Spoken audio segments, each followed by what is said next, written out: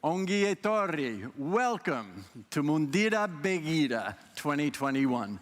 Bienvenidos a Mundura Begira 2021 para ver hacia dónde va el mundo. Después de estos 2 últimos años, yo personalmente tengo muchísimas ganas de celebrar este evento con este programa. El 2020 llegó al mundo con retos sin precedentes y luego llegó el 2021 y dijo, sujétame la cerveza. O Senidi Chacolina, que probablemente se perderá en la traducción. Lo que no se pierde en la traducción,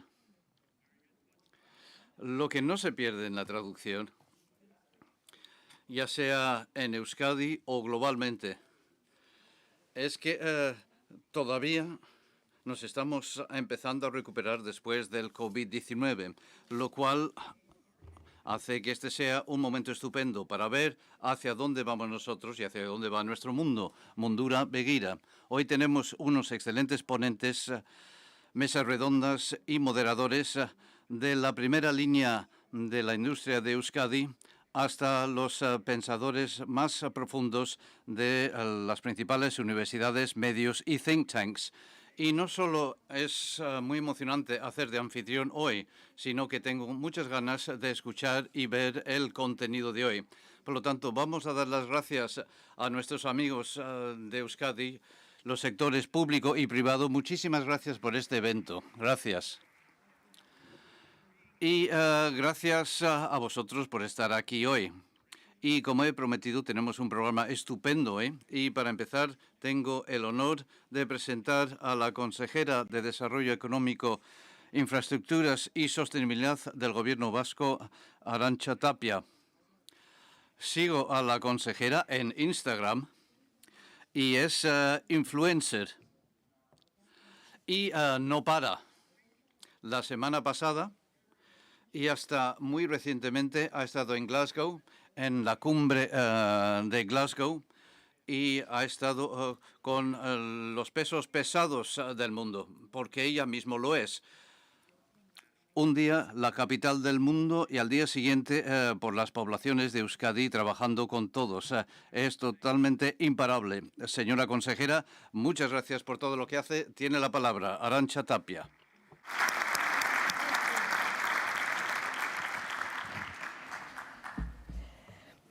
Thank you very much for this kind presentation. Muchas gracias por esta amable presentación.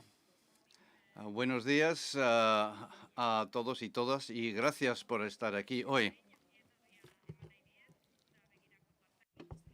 Una bienvenida a todos los participantes de Mundura Begira, a los presentes como a los que nos siguen a través de streaming. Les damos la bienvenida por participar en este evento diseñado para el mundo de la empresa. Para poder entender mejor el mundo post-pandemia, para entender mejor la economía, la empresa, para superar las incertidumbres. Es para eso para lo que hemos organizado esta jornada de hoy. A service to transmit knowledge. Para transmitir conocimientos y contribuir con algunas respuestas para reducir las incertidumbres del mundo después de la pandemia. Y sobre todo debo dar las gracias a los ponentes que nos visitan desde fuera de nuestras fronteras por su participación y por su generosidad al compartir con nosotros su visión del mundo en estas circunstancias especiales. Espero que en la medida de las posibilidades de vuestra agenda podráis disfrutar de nuestro país y de nuestra gente. Y si ya no lo sois, espero que os convertáis en embajadores de Euskadi en todo el mundo. Euskadiko enpresariek. Los empresarios de Euskadi, sobre todo en estos últimos. Hitz egin nahi nuke. Nazioartekotzeko euskal agentziak, Basque Trade and Investment Esprit taldearen barruan dagoenak, Mundura Begiraren edizio hau antolatu du. Eta esan bezala, enpresen nazioarteko. Como decía, tiene los retos a los que hay que hacer frente para poder hacer frente a todos estos retos. vamos a analizar cómo trabajar en este mundo nuestro. De estas personalidades mundiales And we're going empresarial e institucional vasco. Mundura Begira este año 2021 aborda temas de interés para entender mejor este futuro que ya está aquí, de hecho. Ideas, conceptos, oportunidades. Un conocimiento importante para que las empresas vascas, para que todos vosotros apliquéis y mejoréis vuestras estrategias de internacionalización, minimizando riesgos y teniendo mayor certidumbre en todos los proyectos de acción exterior, si esto hoy es posible, esto de la certidumbre. In Mundura Begira, what is probably the Lo que probablemente sea la mayor transformación que han sufrido los mercados internacionales desde Internet es el tema central, la transición, lo verde y la salud. Expertos mundiales van a hablar de la tecnología y su relación con los objetivos de evitar la deshumanización de la sociedad. En segundo lugar, los diferentes aspectos de la pandemia también van a ser debatidos en términos de cómo afecta a distintas regiones, creando retos para la colaboración internacional. Por otra parte, como tercer punto, después de los impactos del COVID-19, el futuro de la globalización en un mundo postpandémico es un tema a analizar y a comparar, por supuesto. La recuperación económica que ya se está realizando a través de diferentes medidas es otro tema a analizar. Y, por último, también vamos a analizar algunas de las estrategias que tendrán que superar las empresas vascas y el reto del mercado asiático emergente. Está en emergencia y va a ser muy importante en el futuro. Probablemente, decía, la mayor transformación que ha sufrido los mercados internacionales desde la llegada de Internet. Las tres transiciones, digital, verde y sociosanitaria, y vamos a tratar 4 temáticas principales. En primer lugar, expertos mundiales van a debatir acerca de la tecnología y sus regulaciones con el objetivo de crear de abordar lo que se puede considerar como una mayor deshumanización de la sociedad. Y se abordará la adaptación al imparable cambio climático y su mitigación gracias a los Green New Deals. Se podrá conocer el modo en que la salud de las personas y del planeta repercutirán inevitablemente en el pensamiento económico mundial. En segundo lugar, se discutirán los diferentes aspectos de la pandemia en términos de cómo afecta a diferentes regiones, creando desafíos de cooperación internacional. Se analizará asimismo la manera en que la crisis sanitaria ha afectado a los retos y conflictos mundiales y cómo se determinará y cómo se abordará esto en el futuro con diferentes normativas y diferentes situaciones en Estados Unidos, la Unión Europea y China, que a día de hoy ya se están comenzando a aplicar. Estos cambios, sin duda, van a condicionar nuestra forma de hacer negocios en Euskadi y por ello debemos prestar la máxima atención. En tercer lugar, tras los impactos de la COVID-19, se analizará y comparará el futuro de la globalización del mundo pospandémico, las medidas de recuperación económica que se están adoptando tanto en la Unión Europea como en Estados Unidos y también, como no, en China, el liderazgo que ésta está adquiriendo y cómo va a esto a abordarse desde Euskadi y cómo nos va a impactar a corto, a medio y a largo plazo.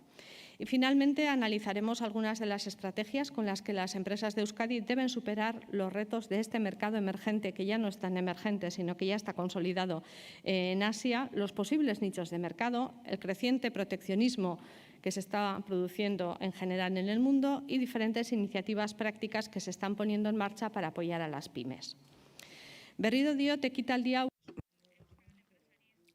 Nuevamente digo que esta jornada está dirigida a las personas que conforman la red empresarial y económica del País Vasco. Las personas son las claves y aunque la pandemia nos ha dado una gran sacudida, aquí estamos. Como saben, las administraciones en un momento dado pusimos medidas para hacer frente a la liquidez, a los paros, etcétera. Y ahora vamos a dar prioridad al plan de internacionalización. Es un plan específico diseñado en una tormenta y que está mirando al renacimiento, y la aportación que podemos hacer en el mundo tenemos que tenerlo presente.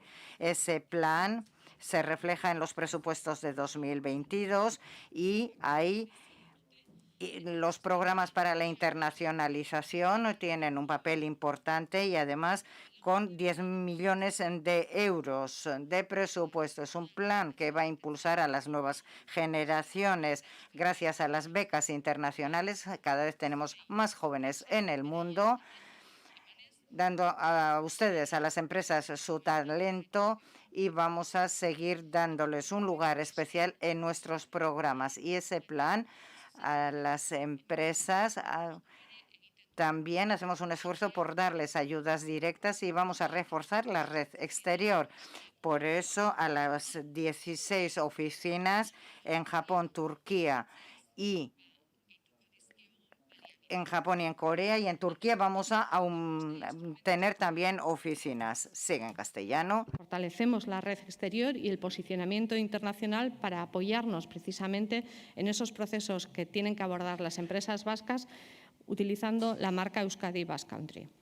De igual forma, damos impulso a cambios normativos que se deben producir, a cambios regulatorios que se han de producir en la Unión Europea y en el Estado español, como por ejemplo el ajuste de las emisiones de carbono en frontera aplicable a importaciones de determinados sectores. Aprovecho además para saludar a los y las responsables de las oficinas de la red exterior que están hoy entre nosotros y que entre hoy y mañana van a reunir a empresas que se van a reunir con empresas que así lo deseen para hablar de sus inquietudes en cada uno de los ámbitos internacionales en los que trabajan. Before starting this new Antes de iniciar esta nueva edición de Mundura Begira y ceder la palabra a nuestros invitados, quiero presentar brevemente el contexto geopolítico. El escenario para los próximos 30 años dependerá de la respuesta de los retos sociales, tecnológicos y económicos en los tres territorios. Esta situación y los mercados emergentes va a centrar especialmente nuestra atención, ya que sin duda ganan importancia en el comercio mundial y el acceso económico pasará gradualmente hacia Asia. Para hacer frente a estos retos y para ser competitivos en este mundo, será esencial adaptarnos a las industrias claves que serán el motor de nuestra economía global y nuestra transformación. En este escenario, Euskadi ya está inmersa en la gran transición que marcará el futuro de la economía. Las tres transiciones que tenemos aquí hoy y que intentamos afrontar de cara al futuro. Con esa fórmula de la Casa de colaboración público-privada, ha trabajado para adaptarse y para liderar los grandes cambios en el sector industrial. El resultado es que hoy podemos afirmar que Euskadi es uno de los referentes europeos por haber impulsado exitosamente un proceso de transformación industrial, traccionado por esa fuerte colaboración público-privada que nos ha permitido a todos evolucionar desde una economía basada en una industria pesada y en declive a una economía industrial impulsada mediante el conocimiento, la innovación, la tecnología y las personas. Hoy Euskadi es una de las economías más abiertas de Europa, por encima de países como Italia o Francia, con más de 5.000 empresas exportadoras e implantaciones productivas por todo el mundo. Además, se ha convertido en un referente tecnológico con líderes globales que tienen su sede aquí en Euskadi. El reto actual del Gobierno vasco se centra en impulsar un modelo de desarrollo económico que integre la sostenibilidad como una palanca nueva, como una palanca adicional de competitividad. Aspiramos a que en el año 2050 seamos un país net cero y sigamos avanzando a través de la excelencia tecnológica. Horregatik, ziur gaude konfiantzazko. Por ello estamos de acuerdo que seremos partners de confianza para el desarrollo industrial de otros países para conseguir unas sociedades más inclusivas, también con las economías emergentes y también en nuestro propio territorio. Y para ir terminando, también quería decirles que estamos últimamente haciendo también llevando adelante una política para reducir los impactos del CO2, de las emisiones de CO2 en nuestro país. Hemos hecho para ello una serie de análisis de estudios y a partir de ahí se van a tomar las medidas oportunas para reequilibrar todo esto y convertirnos en un net cero. Muchísimas gracias a todos ustedes.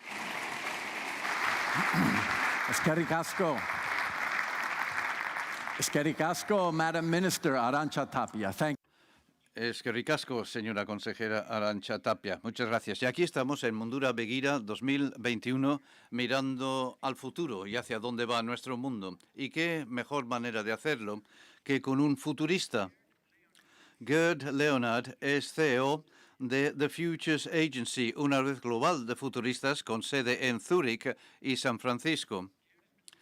Gerd en Wired Magazine aparece como una de las 100 personas más influyentes de Europa y uno de los principales futuristas del mundo, según el Wall Street Journal. Personas, planeta, propósito y prosperidad es su lema. Y hoy nos va a hablar de la gran transformación. Tecnología, cambio climático y salud. Es mi placer ceder la palabra a Gerd Leonhard.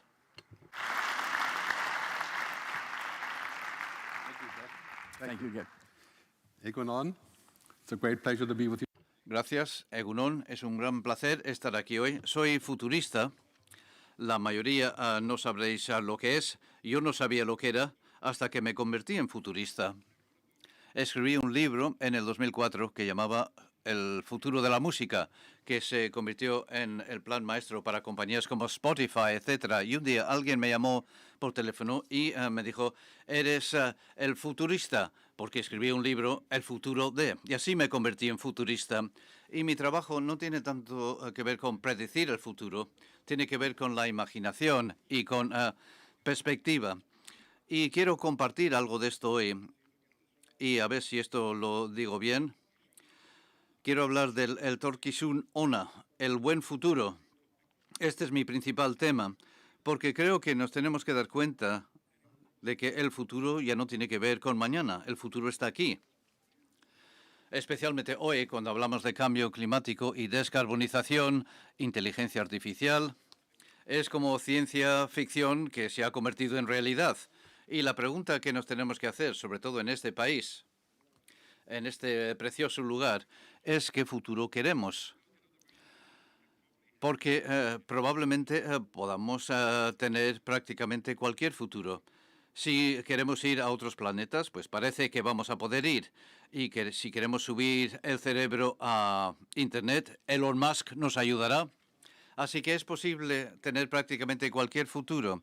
Y desgraciadamente hoy muchas personas sienten esto respecto al futuro. El futuro no es bueno, sobre todo cuando preguntas a los niños, a los chavales. Y no solo por la COVID. Está la COVID, por supuesto. Y luego están los robots. Los robots van a venir a quitarnos el trabajo y luego nos matarán. Esto es lo que nos dice Hollywood. Y muchos niños, yo tengo hijos, no sé si tenéis hijos, pero mis hijos tienen 25 y 30 años y, por supuesto, yo soy su padre y ellos saben más que yo y no ven un buen futuro. Hay demasiados problemas y no somos capaces de llegar a ningún acuerdo. Pero yo estoy aquí para decir que hoy se están abriendo nuevas puertas al futuro. Y realmente creo que el futuro es mejor de lo que pensamos. Y remontándonos a 1968, tal vez algunos estabais aquí en el 68, yo solo tenía 7 años, así que no participé en las vacaciones hippie del mundo, pero 1968 fue un cambio de paradigma, ¿lo recordáis? Un verdadero cambio de paradigma después de los años 50. Y ahora tenemos esto, 2021, un cambio de paradigma. La agitación del mundo, literalmente, con aislamientos, cuarentenas, y ahora empezamos a salir de esto. Y al salir de esto hay un efecto rebote. Vamos a vivir con la COVID bastante tiempo, con las mascarillas y las vacunas, pero ya empezamos a sentir un pequeño rebote. Y la crisis de la COVID nos está permitiendo resetear, pensar en el mundo de otras maneras. Y al resetear decimos, bueno, no vamos a volver a la normalidad. Volveremos a los restaurantes, volveremos a volar, tal vez volveremos a venir aquí, pero pensaremos de otra manera. El pensamiento ha cambiado. ¿Y sabéis cuál es el pensamiento? Que tenemos que estar preparados, tenemos que confiar en la ciencia, tenemos que colaborar y solo podemos resolver nuestros problemas juntos a nivel global. Por lo tanto, estamos entrando en una extraña era dorada, como después de la Segunda Guerra Mundial, pero de una manera totalmente confusa. Estamos reseteando la energía, la asistencia sanitaria, la geopolítica. Todo esto está pasando ahora, en los próximos 10 años. Los próximos 10 años van a traer más cambios que los 100 años anteriores, no solo debido a la tecnología, simplemente porque todo ahora se está juntando. Y va a ser una enorme experiencia con esta agitación del mundo. Y pensemos en esta agitación. El turismo, una agitación total. Líneas aéreas, una agitación total. La economía, la industria del gas y el petróleo, la banca. Yo estuve en la industria de la música y hubo un cambio total en la industria de la música. La gente dejó de comprar discos y se lo bajaban gratis en Internet. ¿Y ahora qué tenemos? Un renacimiento. ¿Sabéis cuántas personas ahora pagan por escuchar música? Hace 10 años la gente decía nadie va a pagar por oír música. Hoy 160 millones de personas pagan 10 euros al mes a Spotify, Apple. Y nos estamos acercando a los ingresos originales de la industria de la música, un cambio increíble. Pero hay algo que hay que recordar. El business as usual, el hacer las cosas como siempre, no va a volver. Está muerto o se está muriendo. Si pensáis que vuestra industria va a ser igual dentro de 10 años, eso es muy, muy poco probable. Hace 10 años vendía informes de investigación, escribía una propiedad intelectual y la vendía a 10.000 euros la copia. Y lo vendíamos. Hoy, si quieres investigación, vas a Google Trends o vas a IBM Watson y se pregunta, ¿cuál es el futuro de Euskadi? IBM Watson te puede dar una respuesta en base a la lógica. La industria del automóvil. Hace 10 años compraba un coche, costaba 150.000 euros, un gran coche, al año siguiente valía 50.000. Hoy el futuro del coche es no tener coche, compartirlo, alquilarlo, hacer leasing, utilizado por suscripción. Pronto vamos a tener una suscripción para coches como Spotify. Porsche y BMW ya están trabajando en esto. Pagas una cuota mensual y puedes coger cualquier coche que quieras, incluido una Vespa o tal vez un helicóptero. Pensad en lo que va a significar esto para la industria del automóvil. Por lo tanto, el futuro no va a ser igual. Vamos al futuro a una velocidad exponencial. Y por eso tenemos que definir bueno. ¿Qué es un buen futuro? La mayoría estaríais de acuerdo en que bueno significa no morirse de hambre, derecho a libertad personal, derecho a tener una familia, autoexpresión, cosas básicas. No 2 casas o un coche, cosas básicas. Hice una película y al hacer una película en este precioso paisaje de Lanzarote, en España, tal vez la próxima vez lo haga en Euskadi, se llama El Buen Futuro y lo podéis ver en Internet. Pero han salido 3 aspectos. En primer lugar, 3 billetes para el futuro y 3 billetes para el futuro de Euskadi, también creo. En primer lugar, la digitalización, la tecnología, es evidente. Bueno, es evidente, pero hay que tenerlo en cuenta. En segundo lugar, total descarbonización, salirnos de la industria de los combustibles fósiles. Estamos hablando de una historia de 100 años, 50.000 millones de dólares en costes invertidos. Y el tercer punto es la reforma. Vamos a tener que pensar en qué tipo de lógica queremos tener. Incluso la persona más rica del planeta, que será Elon Musk, no puede vivir tranquilo cuando todo lo demás se está derrumbando. Si se derrumba el sistema por el ambiente o por inquietud social, puedes ganar todo el dinero que quieras, no va a importar, salvo que puedas ir a Marte, cosa que creo que quiere hacer Elon. Bueno, reforma. Vamos a hablar con tecnología, digitalización. Estamos entrando en la era de la ciencia ficción. No solo puedo escuchar música en Internet cuando quiera, llamo por teléfono gratis, pido un taxi por app, pido comida por internet. Amazon, por ejemplo, tiene robots que ya están vendiendo en Estados Unidos con una tablet encima que hace de niñera. Probablemente no lo compraríais. Yo vivo en Suiza y probablemente no lo compraríamos. Pero hay robots en todas partes atendiendo a la gente. Y Facebook acaba de lanzar una sala de realidad virtual que se llama VR Work. Y esto no es Zoom. Esto es como Zoom multiplicado por 1000. Se pueden celebrar reuniones virtuales con un avatar. Imaginaos lo que sucedería si esto se convirtiera en normal. ¿Sería bueno o malo? ¿Y Facebook realmente sería el dueño del mundo? El hecho es que estamos ante un cambio exponencial. Y lo gracioso de lo exponencial es que si cuentas 1, 2, 3 de manera lineal, es casi lo mismo que 1, 2, 4. Pero después de 4 hay un despegue. Estamos aquí ahora. ¿No funciona? Bueno, bien. Llega un momento en donde se despega totalmente hacia un nuevo mundo. Si tomas 30 pasos linealmente, sales de la sala, pero 26 pasos en exponencial, das 26 vueltas al mundo. 8, 16, 32, 64, 128, etcétera, 256 en 10 años. Por lo tanto, nuestro mundo va a cambiar enormemente. Dentro de 20 años habrá 1.000 millones de X. O sea, este es el factor de multiplicación. Difícil de imaginar. Y esto es lo que tenemos que hacer. Disfrutar del presente, tenemos que respetar el pasado y tenemos que imaginar el futuro. Si no podemos imaginar el futuro te tumbará, porque el futuro no está lejos, el futuro no es ciencia ficción. Fijaos en esta curva. Vivimos en el momento de mayor innovación tecnológica en la historia de la humanidad. La robótica, la secuenciación genómica, podría llenar la sala poniendo post-its en cada asiento con las cosas que están pasando. Y este gráfico nos indica que la tecnología se está convirtiendo en algo cada vez más barato. La gran reducción de costes, secuenciación del genoma, que te secuencien el genoma. $1 millón bajó a $100.000, ha llegado a $800, pronto costará $50,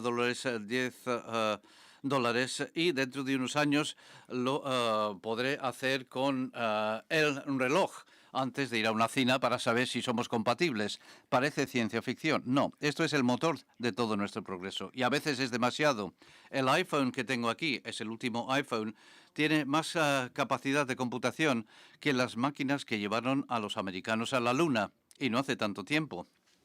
Imaginaos, dentro de 10 años esta máquina tendrá la capacidad de prácticamente cualquier ordenador central de cualquier instalación del mundo. Y está la nube, por supuesto. Y aquí, por ejemplo, tenemos la impresión en 3D. Hemos hablado mucho tiempo de la impresión en 3D. Esto es en Austin, Texas.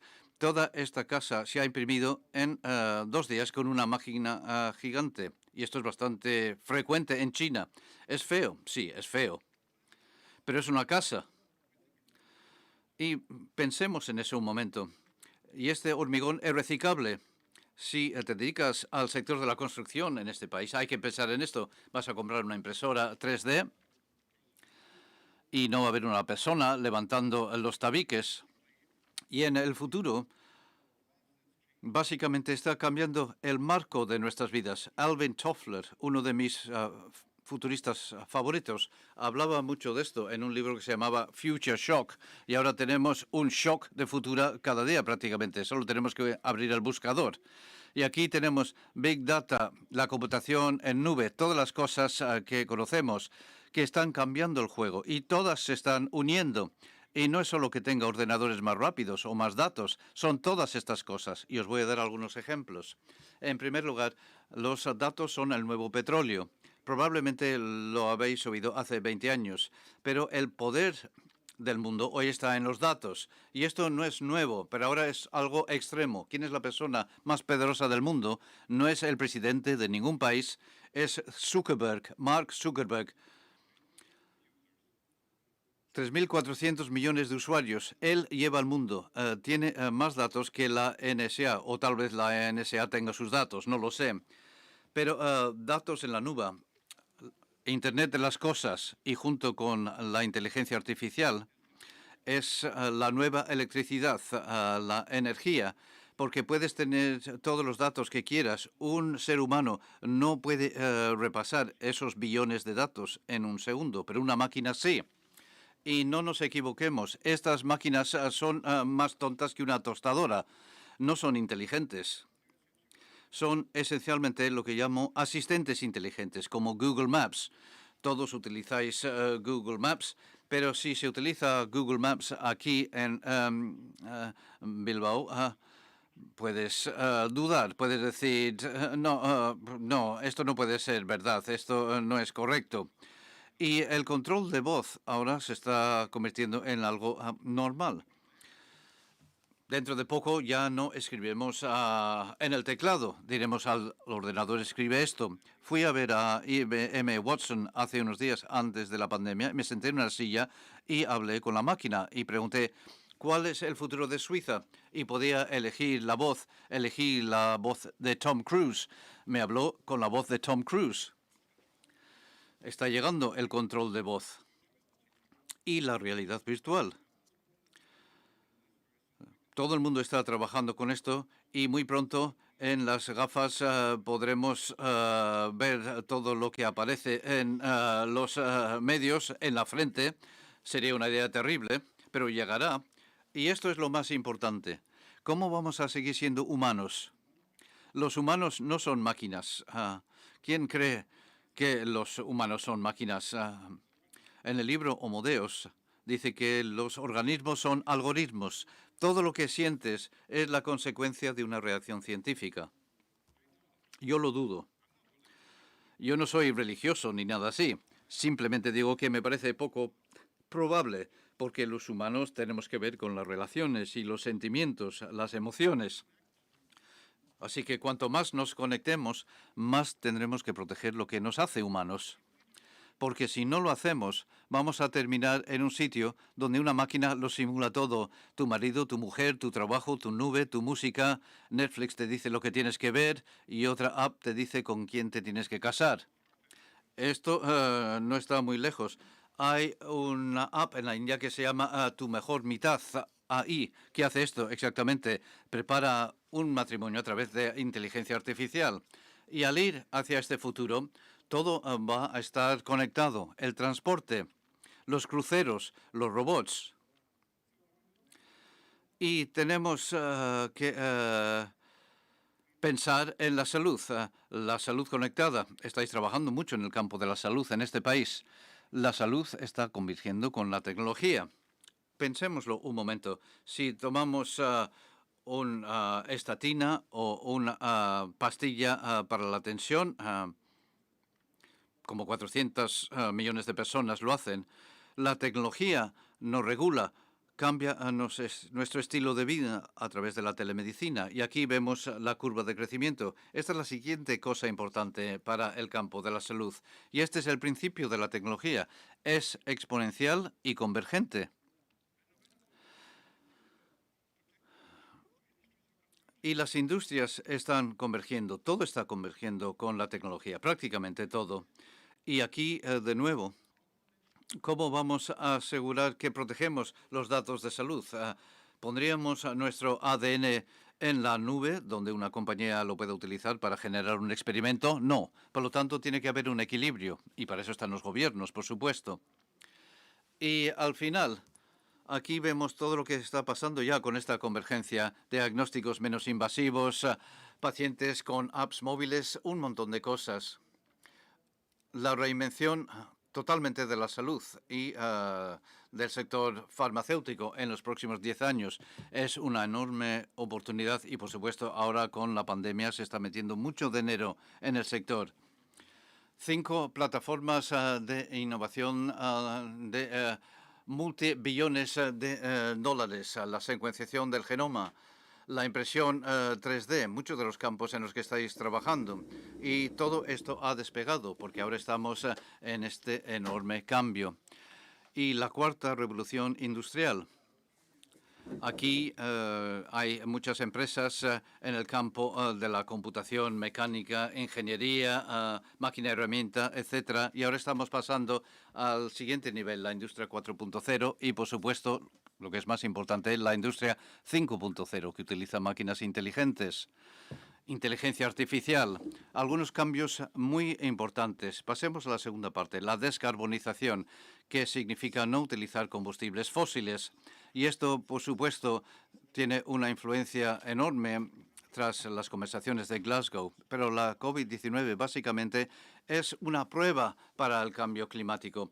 Todo lo que tenemos que hacer y que hemos tenido que hacer, todo lo que odiamos tener que hacer, y ahora nos hemos acostumbrado a ello, pues esperar a cambio climático multiplicado por 100. La buena noticia, por supuesto, es que el cambio climático y la descarbonización es un negocio. Cambiar nuestra manera de utilizar la energía. Pero esto es lo que está pasando. Y si vemos este gráfico, la parte de arriba, The red line La línea roja significa que ganamos más dinero, que hay más dinero en el mercado, pero que el capital natural, la línea azul, va hacia abajo. Pero ¿cuánto más dinero tenemos que ganar para saber que estamos en quiebra o que estaremos en quiebra en 30 años aproximadamente? Y esto ya no es propaganda, todo el mundo lo sabe. Sí, ganamos mucho dinero, pero vamos por mal camino. Lo que está pasando aquí es que tenemos esta idea de invertir en los objetivos de sostenibilidad. Se tiene que modificar y esto no nos sirve para resolver este problema. Solo hace algo, un poco. Pero vamos a ser realistas. Si queremos hacer algo, tenemos que financiar a los mercados primarios en esos lugares. Encontrar cosas que sirvan para llevar a cabo un cambio. Así que este es un problema. Beneficios y crecimiento. Eso está muy bien, ¿verdad? Pero demasiado nos ha llevado hasta este punto de aquí. Un aumento muy importante de CO2. Y evidentemente todos los países quieren hacer lo mismo. Pero lo que hagas siempre va a tener importancia. Después tenemos la ansiedad climática. Los chicos y chicas están descontentos, están preocupados. Y aquí tenemos esta agenda. Aquí tenemos todas las principales preocupaciones en el mundo que tienen que ver con la contaminación y con el clima. Todos estos apartados. Y esto es lo que hemos hecho al pensar únicamente en un tema, que es esta agenda. Y yo no estoy en contra de los beneficios y el crecimiento. Tenemos que tener crecimiento. No podemos tener una agenda de descrecimiento. Pero si analizamos este gráfico, dentro de 40 años, si seguimos así, con este calentamiento global, toda esta zona del mundo será inhabitable, esta parte inferior. Estamos hablando de millones de refugiados climáticos y a que no sabéis a dónde van a venir, a España. España es un punto, bueno, menos caliente y donde yo vivo, en Suiza, también llegarán y todos están o se van a desplazar hacia el norte. Pensar en ello durante algunos minutos. Y después tenemos la otra escala, la positiva, que cada vez resulta más caro extraer gas y petróleo. Fijaros en el coste, de ahí que ahora tengamos esta crisis energética en comparación con las renovables, que cada vez son más baratas de conseguir. Entonces, en definitiva, estamos hablando de un cementerio. Bueno, estoy bromeando. Acabarán el gas y el petróleo. Llevamos hablando mucho tiempo sobre este tema y ahora está bastante claro, ¿no? Sí, que no significa que esto sea en 5 o 10 años. Quizás puede ser, no sé, 50 años. No, no lo sé. Bueno, básicamente cuando deje de ser un negocio. Entonces, ya no es cuestión de una ideología, sino que esto tiene que ver más bien con un plan de negocio. Y no hay que olvidarse de ello. No tiene que ver con una agenda ecológica ni nada parecido como era hace 10 años. Ni siquiera tiene que ver con la supervivencia, sino que es un plan de negocio que evidentemente aborda nuestra supervivencia. Esa revolución ha llegado. Y al margen de lo que penséis de Glasgow, y parece ser que tampoco se están llegando a acuerdos muy importantes allí, esta curva de tecnología azul y verde, bueno, esto es lo que tenemos que hacer. Esto es lo que también tiene que hacer la región. Y esto es en lo que va a invertir todo el mundo. Por ejemplo, tenemos lo que se llama Climate Tech. Larry Fink, el inversor más grande del mundo de BlackRock, decía que todas estas empresas se van a convertir en lo que se llama Climate Tech, en tecnológicos en el clima. Fijaros, en 5 a 10 años, bueno, va a haber muchos cambios y verde es la nueva época digital. Pero no solamente hay que centrarse en la transformación digital. Digamos que lo siguiente que va a suceder es el Big Blue y el Big Green, agricultura vertical, que es muy caro, pero es el futuro. Bueno, en todo edificio habrá robots, no esta señora, y la carne se va a procesar o se va a crear en un laboratorio. Ya sé que suena a locura, pero Bill Gates ya ha invertido en esto y están invirtiendo en carne vegana sucedánea. Yo lo probé hace 3 años y la verdad es que está bien. Tampoco es que me encante la carne, pero el futuro va a ser vegetariano. Bueno, vegetariano quiero decir en que la carne no viene de una vaca, sino que viene de una granja o de un laboratorio / granja. Y suena a locura, ¿verdad? Pero esto está pasando. Y esto es lo que está pasando en el País Vasco, según los organizadores. Aquí podemos ver el hierro, el acero, vehículos, en fin, ya conocéis estos datos. Después está la digitalización, es decir, un cambio total en todas las piezas de esta cadena alimentaria. Y en segundo lugar, tenemos la descarbonización. Cualquier cosa que hagas con un vehículo, bueno, va a producir enormes cambios. ¿Te hacen falta transmisiones y embragues para coches eléctricos? No, solamente te hace falta software. Ahora han quedado en paro muchos miles de alemanes porque antes fabricaban embragues y transmisiones, pero esto va a cambiar por completo. Ha llegado el momento de hacer este cambio y de guiar a la industria. Bien, tengo que pasar por alto esta parte, puesto que me falta tiempo, y luego compartiré las diapositivas con ustedes para que echen un vistazo. Pero lo que está pasando es que estamos reformulando lo que queremos hacer. Punto. Es decir, también estamos reformulando nuestros planteamientos económicos y en Europa, desde hace mucho tiempo, hemos tenido este capitalismo social. Y ahora la pregunta que nos sugiere es que estamos ahora ante una disyuntiva. Los próximos 10 años decidirán cuál va a ser nuestro futuro, punto. Con el cambio climático, con la tecnología, con la gobernanza, con el capitalismo, con la igualdad. Lo importante aquí es el concepto de la tecnología. La tecnología puede ser un regalo, estoy seguro de que estáis de acuerdo, pero si es demasiado puede ser como una bomba. ¿Conocéis la obesidad digital? El ser obeso digital. Entonces, si tú comes demasiada información, engordas demasiado. Esto es lo que pasa a la gente con Instagram. Y la gente al final desarrolla un cuadro depresivo. Y es verdad esto, lo que digo. Entonces, ahora nos encontramos aquí, y aquí tenemos a Mark Zuckerberg en su última presentación que nos habla sobre este entorno virtual para el trabajo. Bueno, lo podéis ver en YouTube. Es muy gracioso. Si vives en Europa y ves esto y dices, este tío es de la Luna o es de Marte, no sé, o es un alien de algún tipo, este hombre. Bien, bueno, pues esta es la deshumanización de la tecnología. Cuando lo utilizamos en exceso, se convierte en algo tóxico. Facebook, por ejemplo, ha pasado de ser una herramienta buena y ahora es un veneno, básicamente.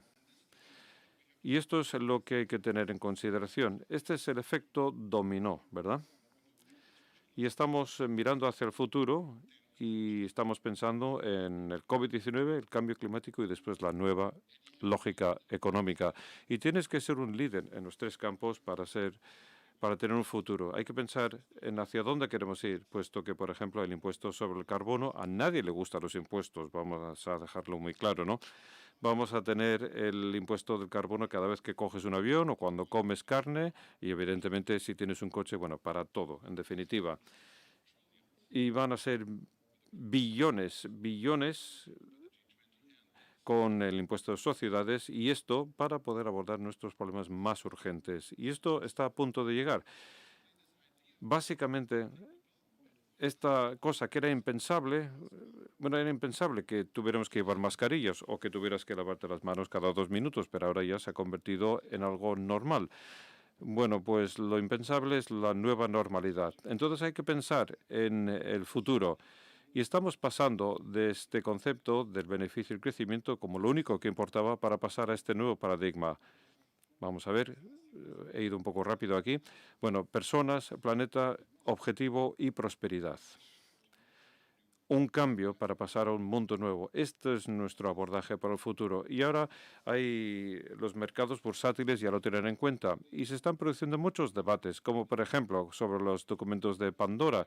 Y todo el mundo dice que deberíamos tener un relato que vaya más allá de la monetarización, porque no funciona. El capitalismo, tal y como lo conocemos, no es adecuado para el futuro, porque el futuro plantea otros retos y tenemos que adaptarnos, tal y como dijo Al Gore, tenemos que adaptarnos al capitalismo sostenible. No sé, quizás eso sea una contradicción, pero bueno, esto es lo que hemos de hacer. En primer lugar, tenemos que tener colaboración. Sé que este país piensa mucho en la colaboración internacional.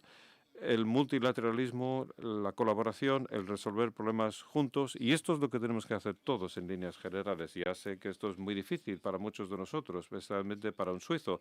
Yo soy suizo y alemán, además, y estamos hablando de los Estados Unidos de Europa, que es en lo que nos estamos convirtiendo. ¿Es ideal? No. ¿Es el camino a seguir? Desde luego que sí. Es una colaboración que nos va a fortalecer ante China y Estados Unidos, porque lo que tenemos es esto, en definitiva. Estamos aquí, somos la colectividad europea, los capitalistas sociales, después tenemos a los americanos y a los chinos. Bueno, no voy a hablar sobre China porque me llevaré todo el día. Eso quizás para la siguiente mesa redonda. Y otra cosa que está pasando, que es una noticia estupenda para todas las mujeres, es que las mujeres ahora se están poniendo al mando. Y yo creo que lo que estaremos viendo es esto. Habrá líderes, mujeres, en todos los países. Por ejemplo, Taiwán, Nueva Zelanda, Suecia, Alemania. Es más que probable que se nombre a una mujer como líder de la nación, y puede pasar en Estados Unidos también, con la vicepresidenta. Entonces, ahora tenemos que pensar un poco más en el futuro de la tecnología con algo que se llama ética. La tecnología empuja nuestras vidas, pero la ética define nuestras vidas, nuestros valores. Y no hablo de la religión, eso es un tema diferente. Nuestros valores, nuestra ética.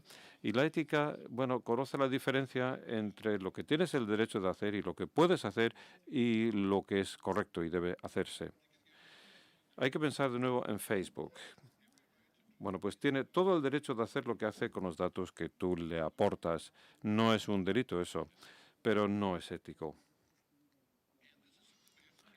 Y bueno, quizás no sea un delito y quizás lo puedas hacer, pero no está bien tampoco. Y este es el futuro en el que tenemos que pensar, porque aquí entra la cuestión tecnológica. La tecnología no tiene ética, no le importa cuáles son tus preocupaciones o lo que querías decir o lo que tú sentías. Los algoritmos conocen la lógica de todo, pero no conocen los sentimientos de nadie ni de nada. No queremos que nuestras vidas sean gestionadas por algoritmos, puesto que nunca entenderán lo que es ser humano. Nos pueden indicar el camino por Google Maps o qué comprar también, que es un tema muy importante. Pero voy a ir parando.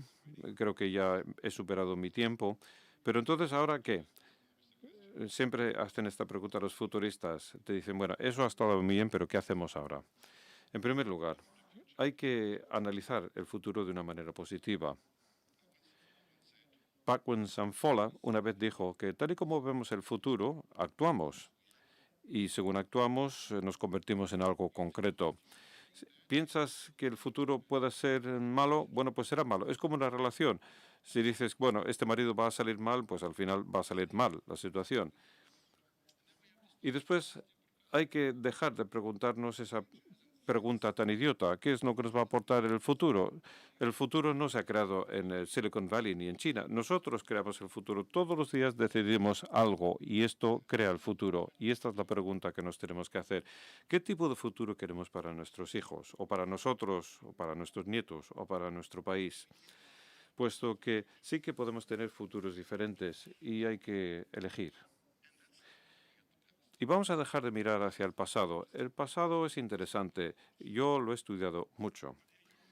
Pero en Europa estamos obsesionados con decir, bueno, tiene que ser como era antes. No, no, no hay ninguna posibilidad en ningún momento para que el futuro sea como ayer. No, tenemos que hacer que el futuro sea una prioridad. El futuro ya no tiene que ver con el mañana, no es un marco temporal, sino que es una mentalidad.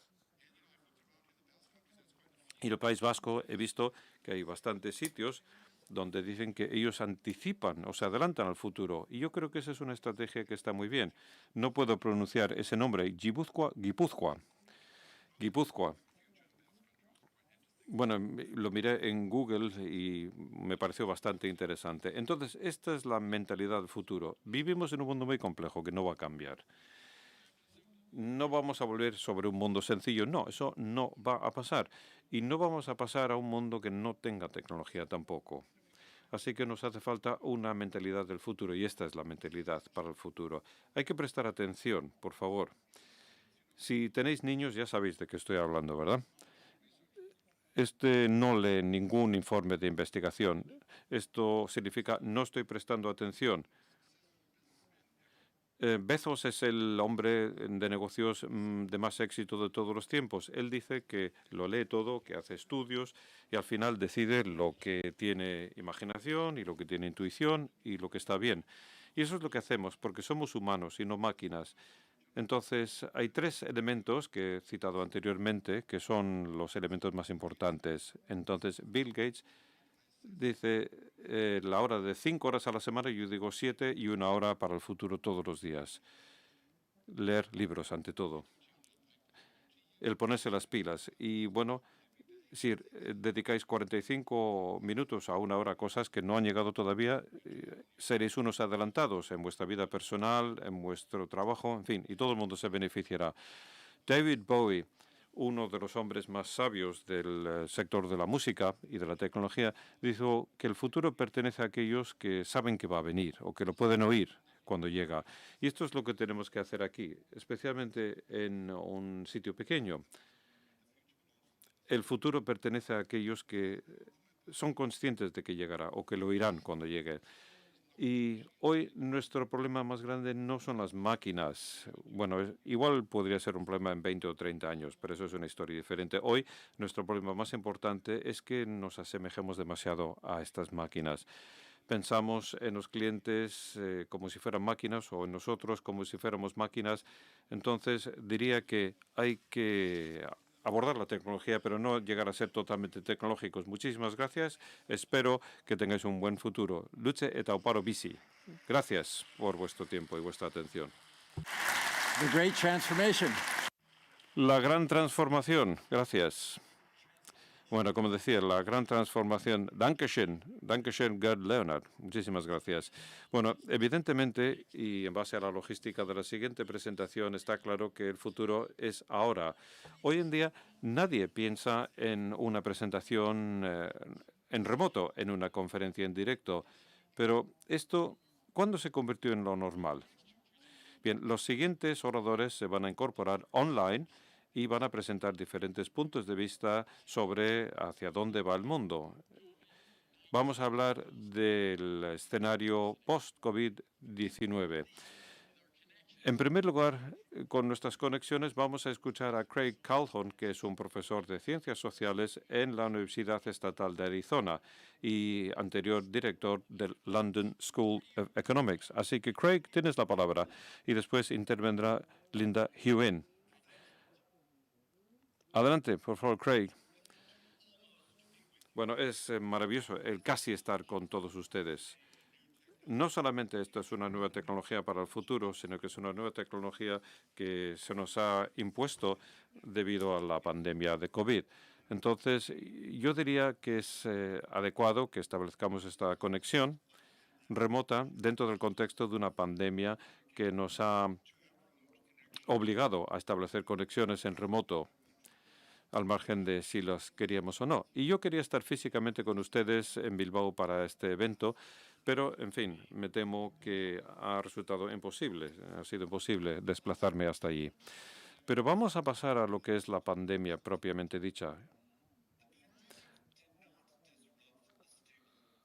La pandemia no interrumpió un orden social estable. Hablamos sobre la vuelta a la normalidad como si antes estuviéramos en una situación de normalidad, pero la pandemia ya interrumpió un mundo que era inestable, que estaba pasando por una gran transformación. Y quiero citar algo de lo que ha dicho el ponente anterior, cuando dijo que el futuro se está produciendo según estamos hablando, pero que sí que tenemos oportunidades de darle forma. Y esta gran transformación también es una frase que utiliza Carl Polanyi para describir la era de la revolución industrial y el auge de la sociedad del mercado desde finales del 18 a principios del 20.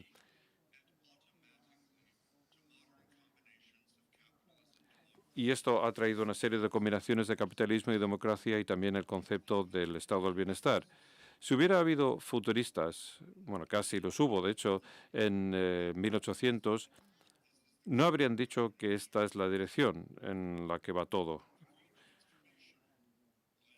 La gran transformación que se llevó a cabo, produjo conflictos domésticos y revoluciones nacionales y después imperialismo en el extranjero, también el auge del fascismo y también produjo 2 guerras mundiales y la estabilización de un orden antiguo que de hecho no dictaba cómo se podría crear un nuevo orden. Y esta es nuestra situación de nuevo. Durante los últimos 50 años aproximadamente hemos pasado por una nueva gran transformación. Y digo que hemos pasado, puesto que lo experimentamos como si fuera algo que nos estaba sucediendo, pero que nosotros lo hemos llevado a cabo. Hemos estado utilizando las tecnologías y formamos parte de todo este proceso. Aunque ninguno de nosotros a título individual, ni siquiera Jeff Bezos o Elon Musk u otras figuras parecidas, son capaces de controlar todo este proceso de transformación. La globalización y las nuevas tecnologías han sido la cara más visible de esta transformación disruptiva. La globalización apareció en varias facetas, evidentemente en el comercio, ya que hemos tenido un incremento muy importante en los flujos comerciales y también ha habido más inversiones a nivel global. Y esto también ha aparecido en los medios de comunicación y también en la migración. Así que la globalización, digamos que contiene varios factores diferentes que han modificado nuestras vidas en estos países. Y específicamente he dicho en estos últimos años que la globalización tiene cientos de años de antigüedad y que de alguna manera se ha acelerado más rápidamente en estos últimos años.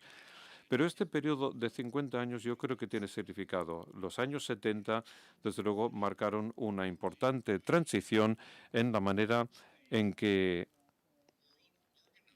el mundo organizaba sus relaciones. Y desde luego no es una charla sobre la historia, pero quiero recalcar esta década tan importante porque vimos un cambio en muchas cosas,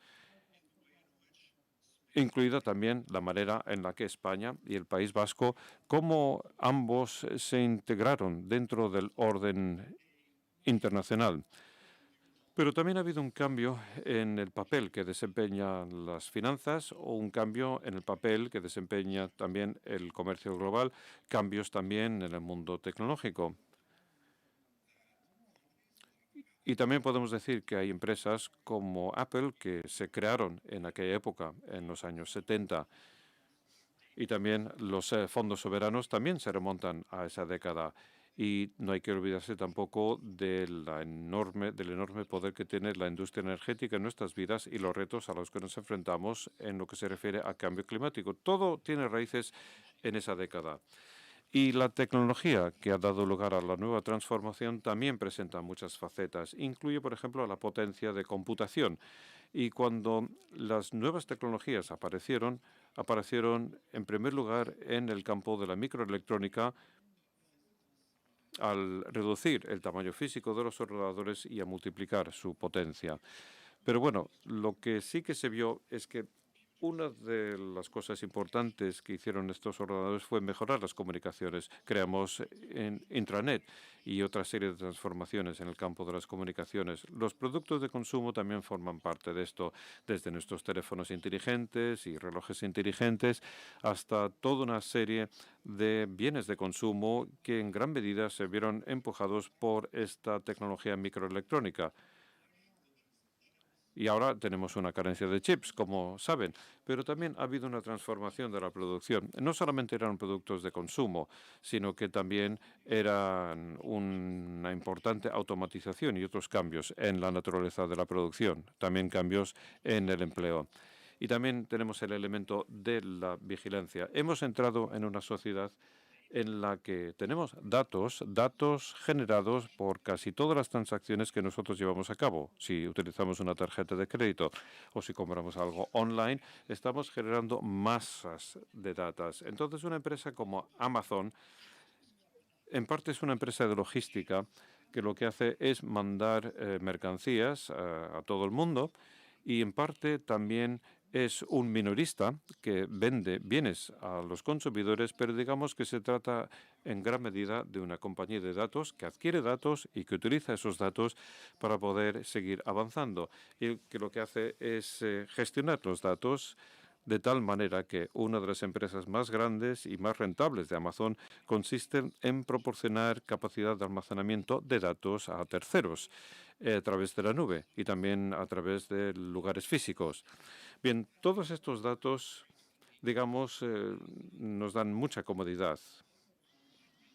Hay Amazon y otros minoristas online pueden sugerir cosas que podríamos comprar, haciendo un seguimiento de lo que hemos comprado antes.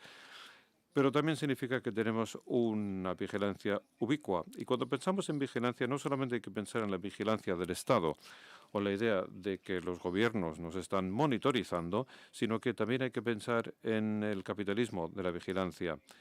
Es decir, que estamos divulgando constantemente nuestros datos, lo sepamos o no, lo queramos o no, también.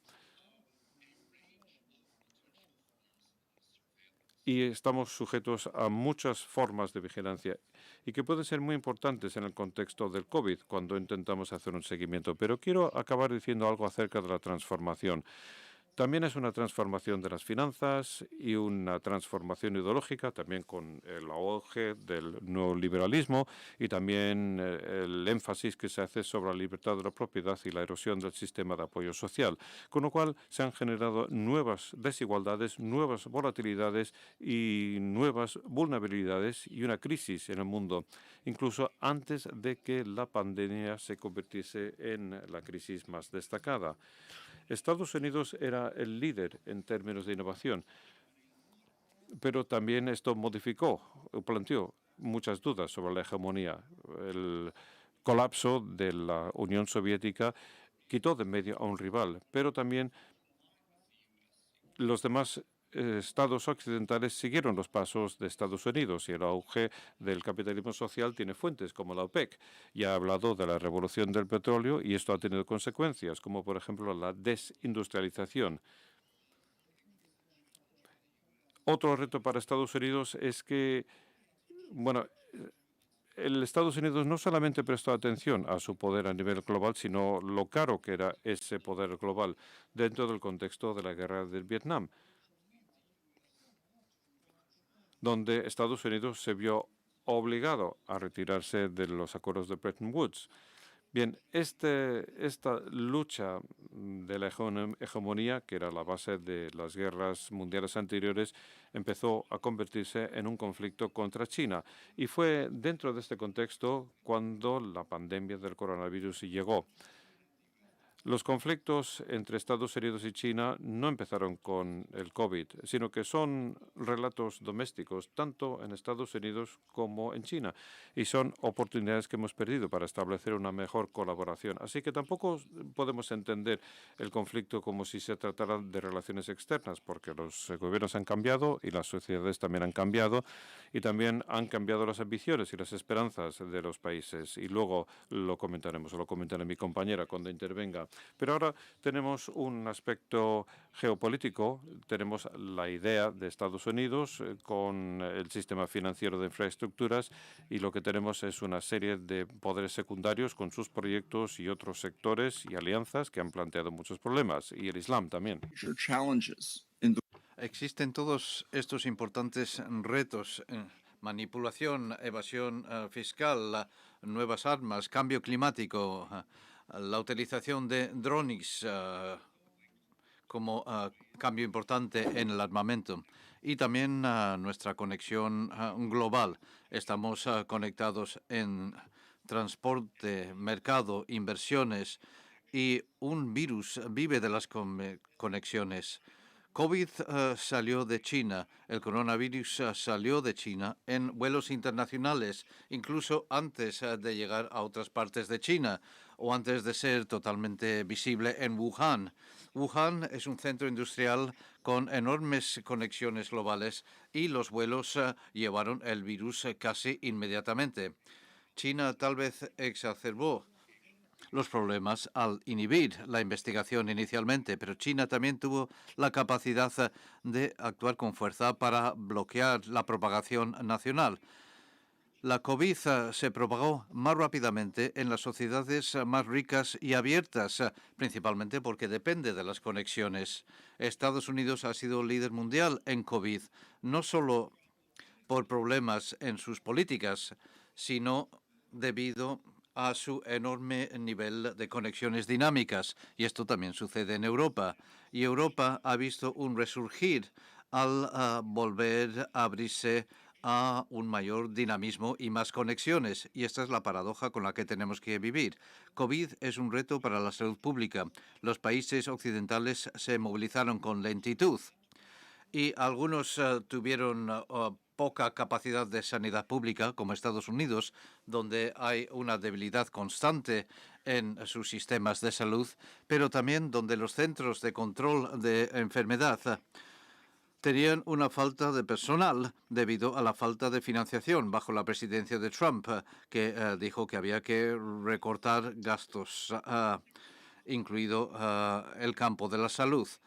Y tuvimos que depender de instrumentos como la prohibición de viajes y el aislamiento, y esto convirtió el COVID en un enemigo del comercio. COVID se convirtió en la fuente de una recesión y también hizo que las respuestas al COVID se convirtieran en lo que muchas personas consideraban bloqueos a la libertad personal. Hacía que el Estado se viera como un enemigo de la libertad personal a través de sus medidas de salud, sus medidas de restricción. Y esto dio lugar a movilizaciones públicas. El distanciamiento social fue una enorme disrupción en la vida pública.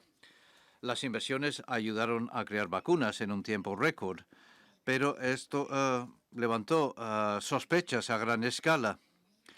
Ya había una movilización antivacuna anterior, pero había una desconfianza de la ciencia y las vacunas también fueron acaparadas por países ricos. Las subvenciones públicas no previeron ni evitaron las restricciones en el acceso y los altos precios de la vacuna, que impidieron poder compartirlas, y no hemos sido eficaces a la hora de asegurar un acceso más amplio. Y esto es un problema no solo para aquellos que no tienen vacuna, sino para todos, porque significa que la vacuna o el virus tiene más posibilidades de mutar. La COVID se ha convertido en un reto geopolítico y económico. Y en abstracto o en las películas de Hollywood, cabe esperar que al afrontar una amenaza juntos nos va a unir más. Pero de hecho ha creado mayor nacionalismo, ha creado un espíritu machismo. Los mayores líderes han sido principalmente mujeres. Los hombres han tendido a culparse los unos a los otros y a actuar de manera beligerante. Y todo esto es una mala señal para otros retos como el cambio climático y ha sido un estrés mayor para la Unión Europea, además de los problemas del Brexit y de los conflictos internos. Y ha habido un aumento en los mercados de capital, es decir, en el aumento de la riqueza, en las inversiones en bolsa, que han ido muy bien, mientras que ha sufrido el empleo. Y esto trajo nuevos tipos de desigualdad. Ahora vemos una exacerbación en las cadenas globales de suministro o disrupciones que exacerban la recesión producida por la COVID y afecta a todo tipo de mercados. Y quería imprimir una copia de esta presentación y encontré que no funcionaba mi impresora. Fui a comprar una nueva impresora. Me dijeron que tardarían 12 semanas en poder entregar una debido a los problemas en la cadena de suministro. Incluso Amazon, esta fantástica operación logística, sufre la disrupción de estos retos en la cadena de suministro. Y esto produce consecuencias climáticas. Los barcos se acumulan en los puertos. Hay una escasez de conductores de camión. Y merece la pena recordar que en el siglo XIV la peste negra precipitó un aumento de salarios e innovación. Ayudó a traer la modernidad debido a la falta de mano de obra, que por un lado llevó a mayores salarios para los trabajadores y por otra parte a un mayor incentivo para los capitalistas para innovar en la producción, la organización y la tecnología para compensar el mayor salario de sus trabajadores. Afrontamos cambios a largo plazo. La reestructura de la logística y los mercados minoristas ha traído muchos cierres dolorosos. Ha cambiado los negocios de manera dramática. Ciertas compañías tecnológicas han ganado de manera desproporcionada, sobre todo las grandes y dominantes, y ahora la recesión llega incluso a China, aunque la propia COVID es relativamente menor ahí. Y por último, la COVID no ha terminado. La falta de vacunación total permite que se produzcan nuevas variantes y en nuevas olas, cuando solo una parte de la población está vacunada. Aunque el resto no vacunado sea una parte relativamente pequeña, esa parte que se contagia de la enfermedad se convierte en incubadora para nuevas variantes de la enfermedad que pueden ser más contagiosas, como lo fue la variante Delta, o puede hacer que las vacunas sean menos eficaces. Las decisiones de abrirse al comercio, a los viajes, a las reuniones sociales y a los colegios no solo tienen que ver con la salud, tienen que ver con todas las razones que tenemos para viajar y hacer negocios y educar a nuestros hijos y reunirnos. Pero todas estas decisiones, como mi potencial vuelo a Bilbao, se han visto de nuevo en peligro. Y hay que pensar que seguirán en peligro, no durante semanas o meses, sino durante años. Gracias.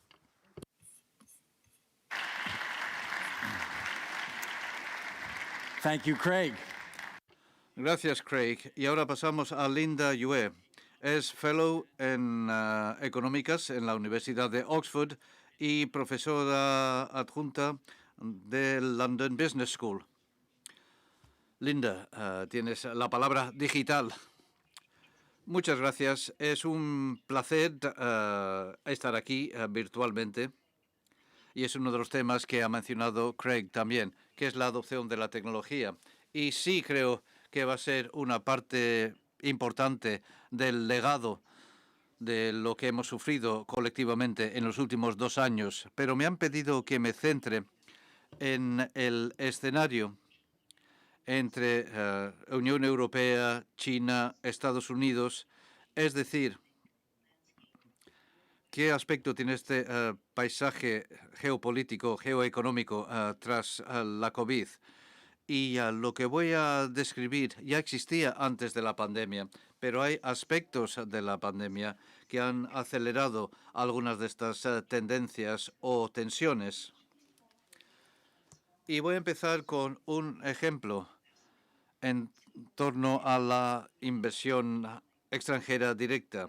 Y durante algún tiempo se había dicho que tal vez la Unión Europea, Estados Unidos ya lo hace, hiciera un cribado de las inversiones extranjeras de manera más coordinada.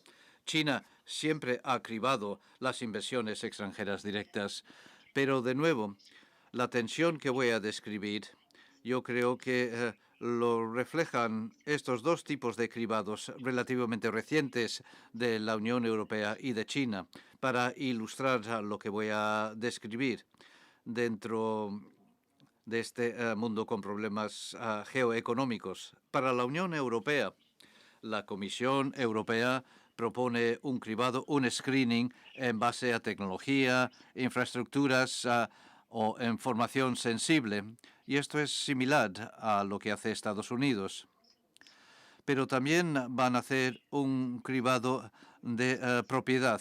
Es decir, si la inversión extranjera viene de una compañía estatal o una entidad estatal. Y aunque el cribado de la Unión Europea solo menciona países y no menciona a ningún país en particular, es decir, China, gran parte de esto está dirigido no solo a China, por supuesto, hay otros países donde hay compañías estatales que son actores multinacionales, pero existe esta sensación de nivelar el campo de juego, por decirlo así, porque China siempre ha cribado. Por otra parte, China también ha fortalecido su cribado. Y la lista china son los productos agrícolas claves, equipos y fabricación clave, infraestructuras claves, servicios claves de transporte, productos culturales claves, tecnología clave, productos de Internet y servicios, servicios financieros claves y otros sectores claves. Por lo tanto, es difícil ver lo que no está incluido y también, desgraciadamente, lo que es clave no está definido. Pero es un espectro muy amplio y también un cambio bastante importante respecto al cribado anterior de China. Siempre han cribado, pero antes de las tensiones recientes de los últimos años, China ha pasado a una lista negativa para la FDI. Es decir, que antes era mucho más permisiva y solo escrutaban ciertos sectores. Y creo que esto refleja el mundo en el que nos encontramos hoy.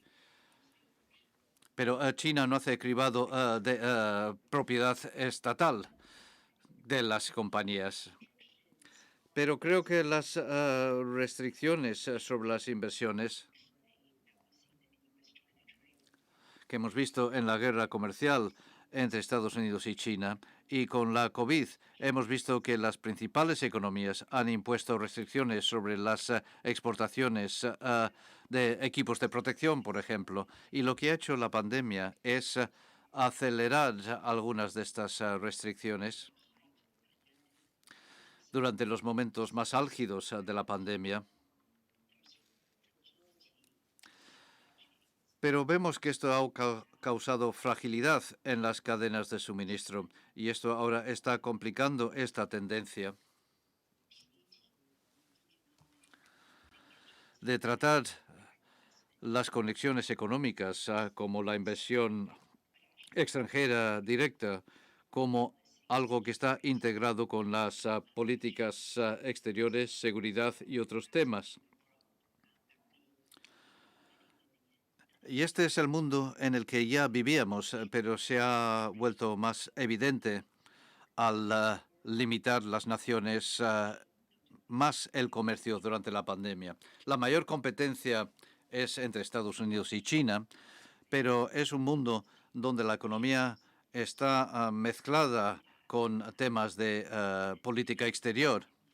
Y si nos fijamos en el comunicado del G7, que se centra en la resiliencia de las cadenas de suministro, algo de lo que se va a hablar cada vez más, es este cribado que propone el G7 que va más allá del tipo de cribado que estoy describiendo yo en cuanto a sectores, sino como algo mucho más general. Esta cadena de suministro es resiliente, es útil para nuestra seguridad nacional, para nuestra inteligencia y para nuestros fines de política exterior. Por lo tanto, estos temas no estrictamente económicos es algo que vemos también en las principales economías. Por ejemplo, Corea del Sur y Japón también están en una guerra comercial, pero no tiene mucho que ver con el comercio. Tiene que ver con los desacuerdos políticos, agravios históricos. También hemos visto la Unión Europea y Suiza. Un tema relacionado con el acceso de las empresas suizas como parte de la negociación relacionada con la libertad de movimiento de las personas. Por lo tanto, se utilizan herramientas económicas como arma comercial. Y China y Australia es otro ejemplo. Y en un mundo donde los países compiten cada vez más, en un mundo donde existe la sensación de que la propiedad estatal y notablemente China no constituyen un campo de juego igual para las economías occidentales, esto hace que el escenario que estoy describiendo es un escenario donde veremos una conexión entre las decisiones económicas con consideraciones políticas más amplias. La consecuencia de introducir los objetivos políticos junto a los económicos es que probablemente producirá una mayor fragmentación, no solo en las cadenas de suministro, sino en los estándares en todo el mundo. Por ejemplo, al principio hablaba de los motores del siglo XXI, como la tecnología que se ha acelerado, y estoy hablando a través de una plataforma virtual, y todos hemos utilizado la tecnología para reuniones virtuales. Y esta tecnología es una tecnología que abarca el mundo y desempeña un papel global. Y la lucha sobre quién fija las normas tecnológicas es otra parte del escenario que tenemos que tener en cuenta. Esto me lo han comentado expertos de datos. En China, el Estado es el propietario de los datos, y en Estados Unidos las compañías son los propietarios de los datos, y en Europa las personas somos los propietarios de los datos. Y por lo tanto es difícil, debido a las diferentes normas nacionales, es difícil llegar a un acuerdo sobre normas globales. Pero si a esto añadimos la competencia y los objetivos de las políticas de exterior, resulta todavía más difícil ver cómo se pueden acordar normas globales por Estados Unidos, China y la Unión Europea. Por lo tanto, hay una fragmentación en escenarios donde necesitamos normas globales, pero creo que esto va a durar bastante tiempo. Y Craig hablaba de las infraestructuras, y China está invirtiendo en carreteras, en infraestructuras en el sudeste de Asia, África, llegando hasta los Balcanes y esta región de Europa.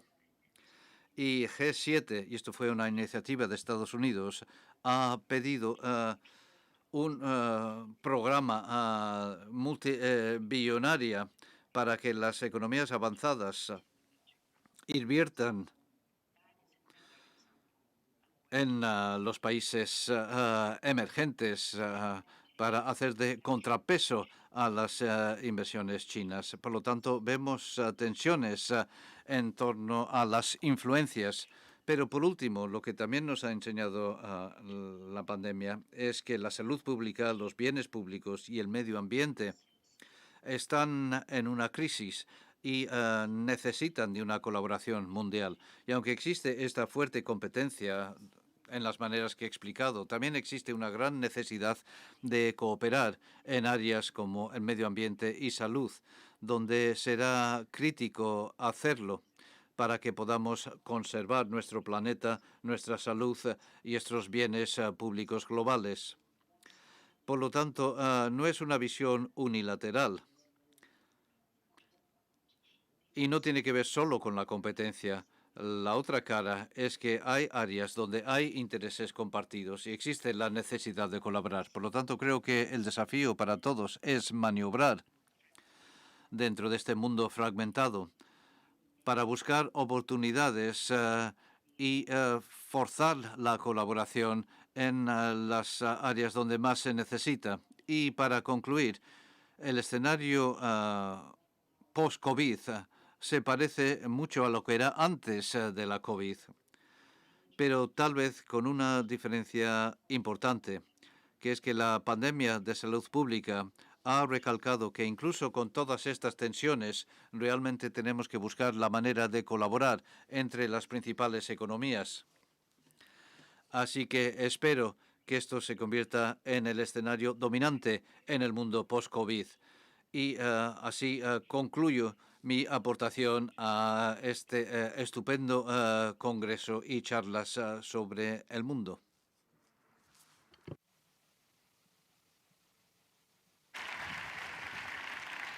Thank you, Linda Huey and Craig. Gracias, Linda Way y Craig Calhoun. Perspectivas interesantes. Y lo que me encanta es que no hay que elegir una u otra, sino que sirve para abrir mi mente y para que podamos tener nuestra propia visión de hacia dónde vive el mundo. Mundura Begira 2021, aquí en el Euskalduna, en el centro de Euskadi, en Bilbao. Y ahora una mesa redonda, la perspectiva económica global, una economía más extraña. Lo va a moderar Martin Wolf, que es analista y comentarista económico del Financial Times en Londres. Recibió el título de Comendador del Imperio Británico en el 2000 por sus servicios al periodismo financiero. Ganó el premio Ludwig Herwig de comentario financiero y comentarista del año en los premios Comment. Estaba en la lista de los 100 principales pensadores globales en el puesto 15 en el 2019. Tiene una larga lista de premios de excelencia en el periodismo, y incluyendo el premio 2019 del premio Gerhard Luck. Y voy a dejar que Martin presente a sus ilustres panelistas. Y el título me llama la atención: Perspectiva económica global, una economía más extraña. Y presento a Martin Wolf y su ilustre mesa redonda. Martin.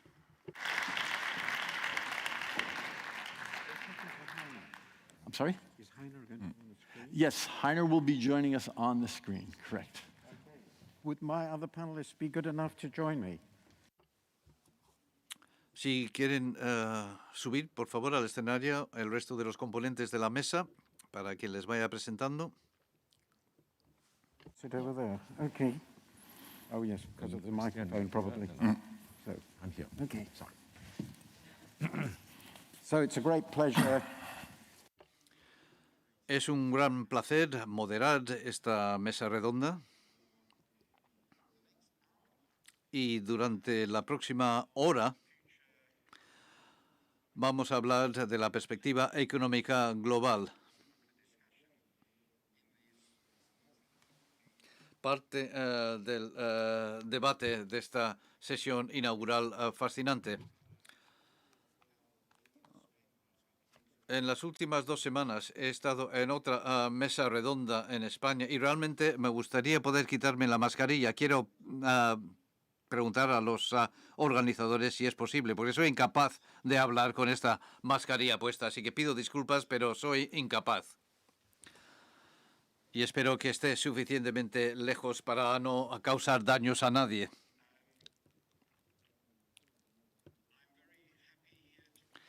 Estoy muy contento de contar aquí con Christian Kettles, ahí, que es Principal Associate del Harvard Business School, de la Universidad de Harvard, y Andrew Sheng, al que conozco desde hace muchos años, que es un Distinguished Fellow en la Universidad de Hong Kong y gran experto sobre China y relaciones China-Occidente, y me han dicho que Heiner Flesbeck, a quien también conozco desde hace muchos años, profesor honorífico de la Universidad de Hamburgo, gran crítico de la política económica alemana, está en pantalla.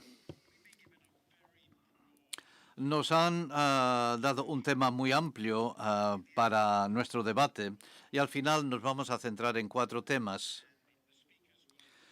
Y los ponentes van a presentar estos temas. Van a tratar 1 o 2 de ellos. Y voy a presentar estos temas brevemente y voy a hacer algunos comentarios en estos próximos minutos. El primero que vamos a abordar es la recuperación post-COVID. ¿Cómo va a ser? Y esto ya se ha comentado en esta presentación muy interesante. El segundo tema, y me parece apropiado ya que estamos aquí en España, nos vamos a centrar concretamente en los retos y perspectivas económicas para la eurozona. El tercer tema que vamos a repasar es el futuro de las relaciones Estados Unidos-China, concretamente. Y el último tema es el presente y futuro de la globalización, que nos llevará un poco más hacia el futuro, aunque sospecho que no tanto como durante las presentaciones iniciales sobre el futuro. Y voy a comentar muy brevemente cuál pienso que son algunos de los temas claves en estos aspectos. En primer lugar, la recuperación post-COVID. Y creo que debemos ser bastante modestos. No esperábamos la COVID. Aquellos que habían analizado lo que podría causar una pandemia como esta, subestimaron con mucho su impacto económico. El coste resultó ser sustancialmente mayor de lo que se había estimado que podría causar una pandemia parecida a lo que llamamos la pandemia de la gripe española. Hemos tenido una recuperación sorprendentemente rápida, es decir, que todas las predicciones del 2020 han sido mucho peores y al recuperarnos no esperábamos todos estos cuellos de botella, así que tenemos que ser bastante modestos. Pero lo que sí es importante es que ha creado grandes divisiones en nuestras sociedades y lo que es más significativo en la economía global.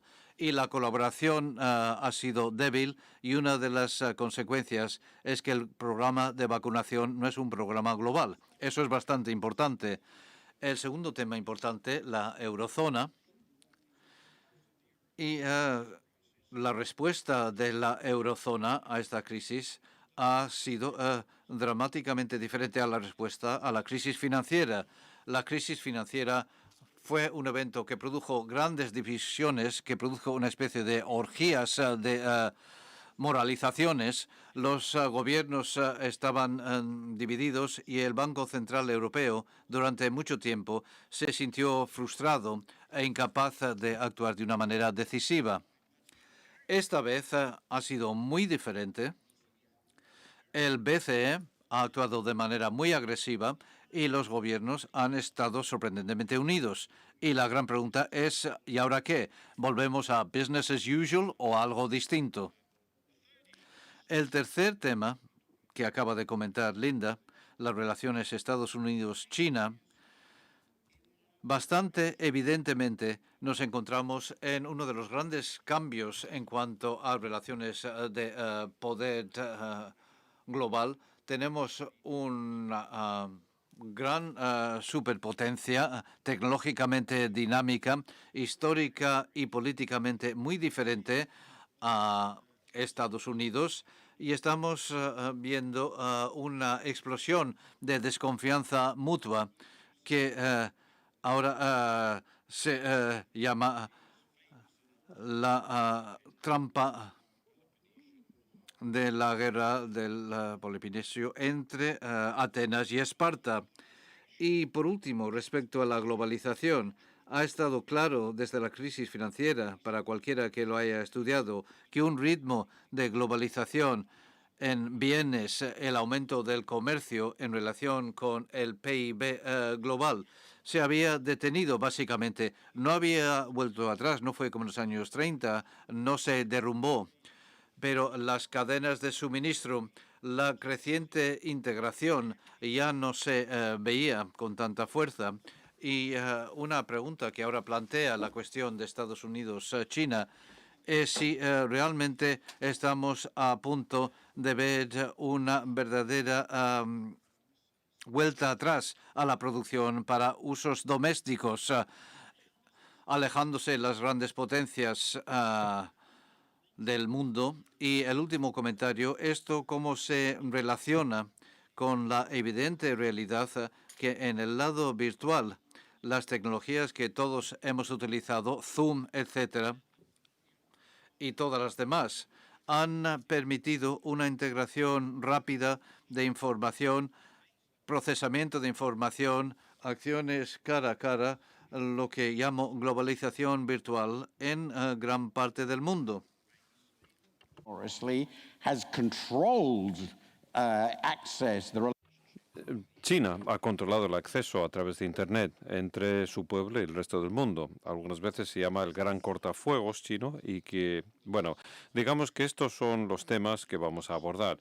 Cada uno de los oradores va a hablar durante unos 8 minutos aproximadamente y vamos a abordar uno o dos de estos temas y después vamos a establecer un debate que yo espero genere una discusión muy rica acerca de las complejidades a las que nos enfrentamos. Con lo cual le voy a pedir a Cristian, por favor, que empiece. ¿Estaría preparado? Sí, desde luego que sí.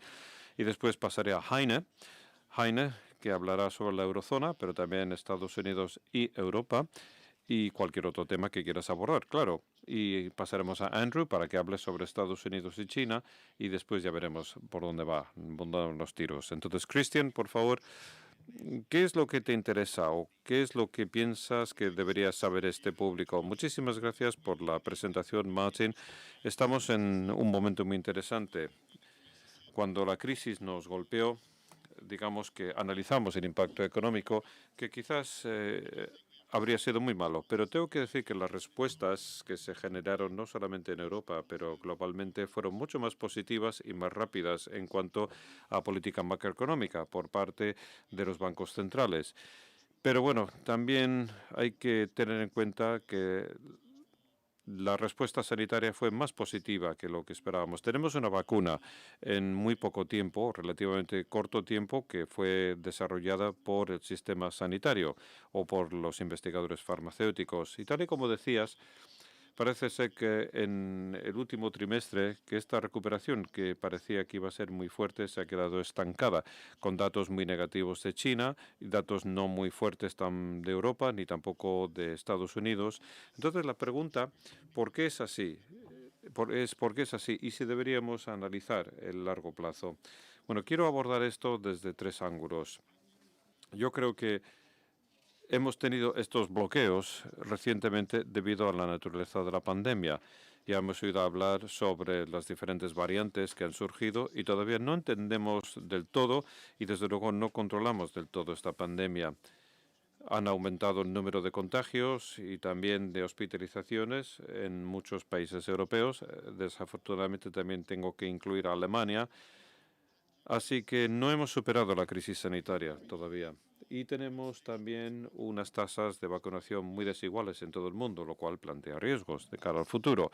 Dicho lo cual, lo que también hemos visto es que el vínculo directo que tuvimos el año pasado entre la situación sanitaria y los resultados económicos no resultan tan fuertes. Y esto posiblemente se deba a que la respuesta política no es tan drástica como lo fue en el pasado, pero también porque ha cambiado nuestra conducta.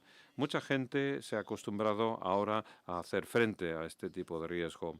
Esa es la primera razón, es decir, la situación sanitaria per se. Y en segundo lugar, tenemos el hecho de volver de nuevo sobre una situación económica normal. Y eso es un proceso complejo. Quiero hablar de la economía real y también de la situación macroeconómica. En la economía real hemos visto cómo la cadena de suministro tiene disrupciones. ¿Y por qué se ha producido esta disrupción? Bueno, yo creo que hay una serie de razones. Una es porque antes de la crisis trabajas con empresas globales. En lo que se han centrado en los últimos años ha sido aumentar la eficiencia de su cadena de suministro global, que hicieran que fueran súper productivas, pero no muy flexibles. Entonces, a menudo, un número muy pequeño de proveedores que tienen cadenas muy grandes han producido este efecto. Y creo que el nivel de exposición era bastante alto. Y después tenemos nuestra respuesta a la crisis. Y Martín, tal y como decías, yo creo que no hemos sido capaces de responder adecuadamente a la crisis financiera global. Así que cuando los políticos lo vieron con la pandemia, se centraron en el comercio, en la industria y también en el balance, en el sector doméstico, en la banca y en las empresas. Pero los problemas se situaban en otro campo. Tenían que ver con el sector servicios y digamos que tenían que ver con mantener los niveles de empleo. Así que acabamos con una situación en la que las cadenas de valor industrial funcionaban bastante bien.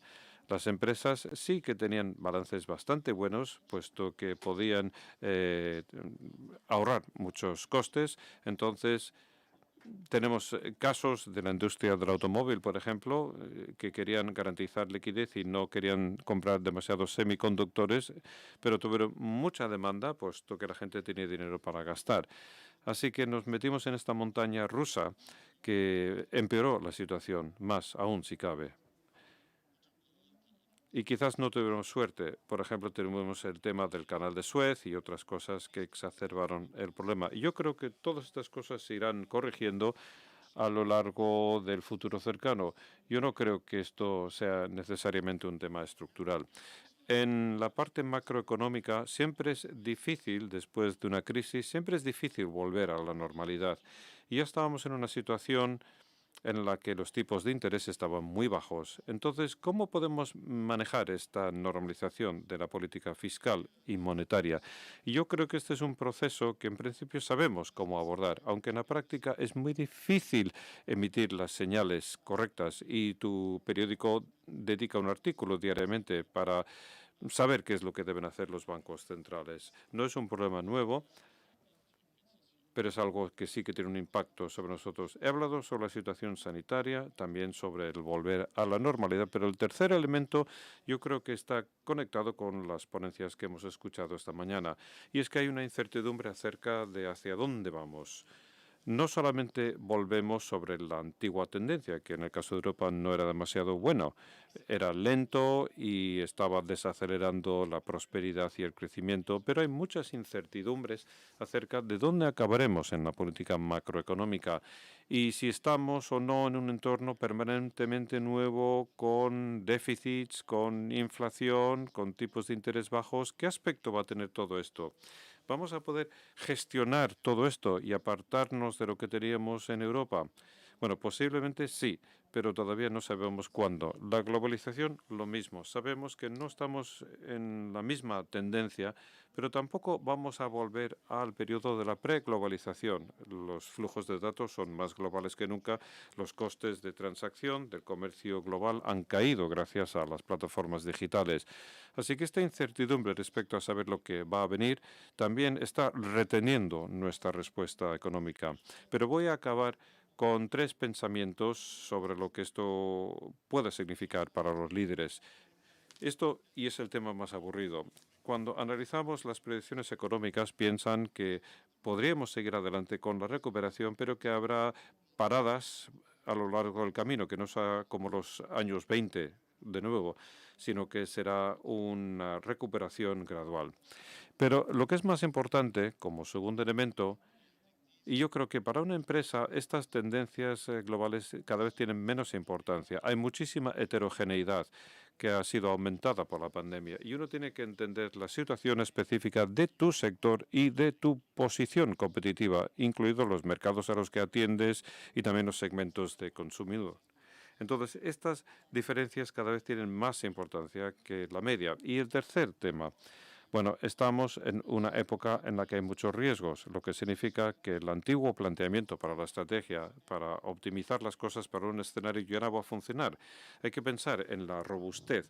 Uno tiene que tener una estrategia que funcione bien o lo suficientemente bien para poder tener más contenidos económicos. Gracias, voy a parar aquí. Gracias. Me ha parecido que ha sido una introducción maravillosa de diferentes temas. Más o menos has acabado a la hora, así que muy bien, perfecto. Bien, ahora voy a pasar a ti, Heine, y esto nos sirve de introducción, digamos. ¿Cuál es tu punto de vista sobre dónde nos encontramos ahora mismo en lo que se refiere a las perspectivas macroeconómicas y las predicciones? Bueno, también puedes plantear cualquier otro tema. Pero hablando específicamente de la eurozona, aunque no de manera exclusiva, es maravilloso verte. Lástima que no estés aquí entre nosotros. Sí, muchas gracias. Yo también estoy encantado de incorporarme a esta reunión, pero desgraciadamente no en persona, no presencialmente. Aún así es un debate muy interesante, lo que he escuchado hasta el momento, y me gustaría ahora participar y hablar un poco acerca del rendimiento europeo este año y el año pasado, que no está mal, tal y como has dicho. Es decir, la reacción política ha sido mucho más rápida que después de la crisis financiera, pero aún así yo creo que no ha sido lo suficientemente rápida la reacción. Y me gustaría poner un gráfico. ¿Lo veis? Sí, ya está. Bueno, pues aquí tenemos el Producto Doméstico Bruto de Estados Unidos y de la eurozona o de la Unión Europea, y vemos que hay diferencias enormes. En Estados Unidos no cayeron tanto como pasó en Europa, y la recuperación en Estados Unidos fue mucho más consistente.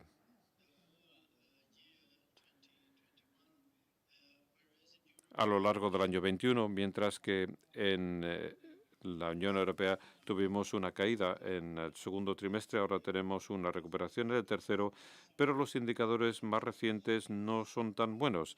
Y la cuestión que yo querría comentar es cuáles son las implicaciones de estas diferencias. Yo creo que es sumamente importante analizar toda esta información, puesto que vemos que la eurozona todavía no ha vuelto a los niveles anteriores al inicio de la crisis.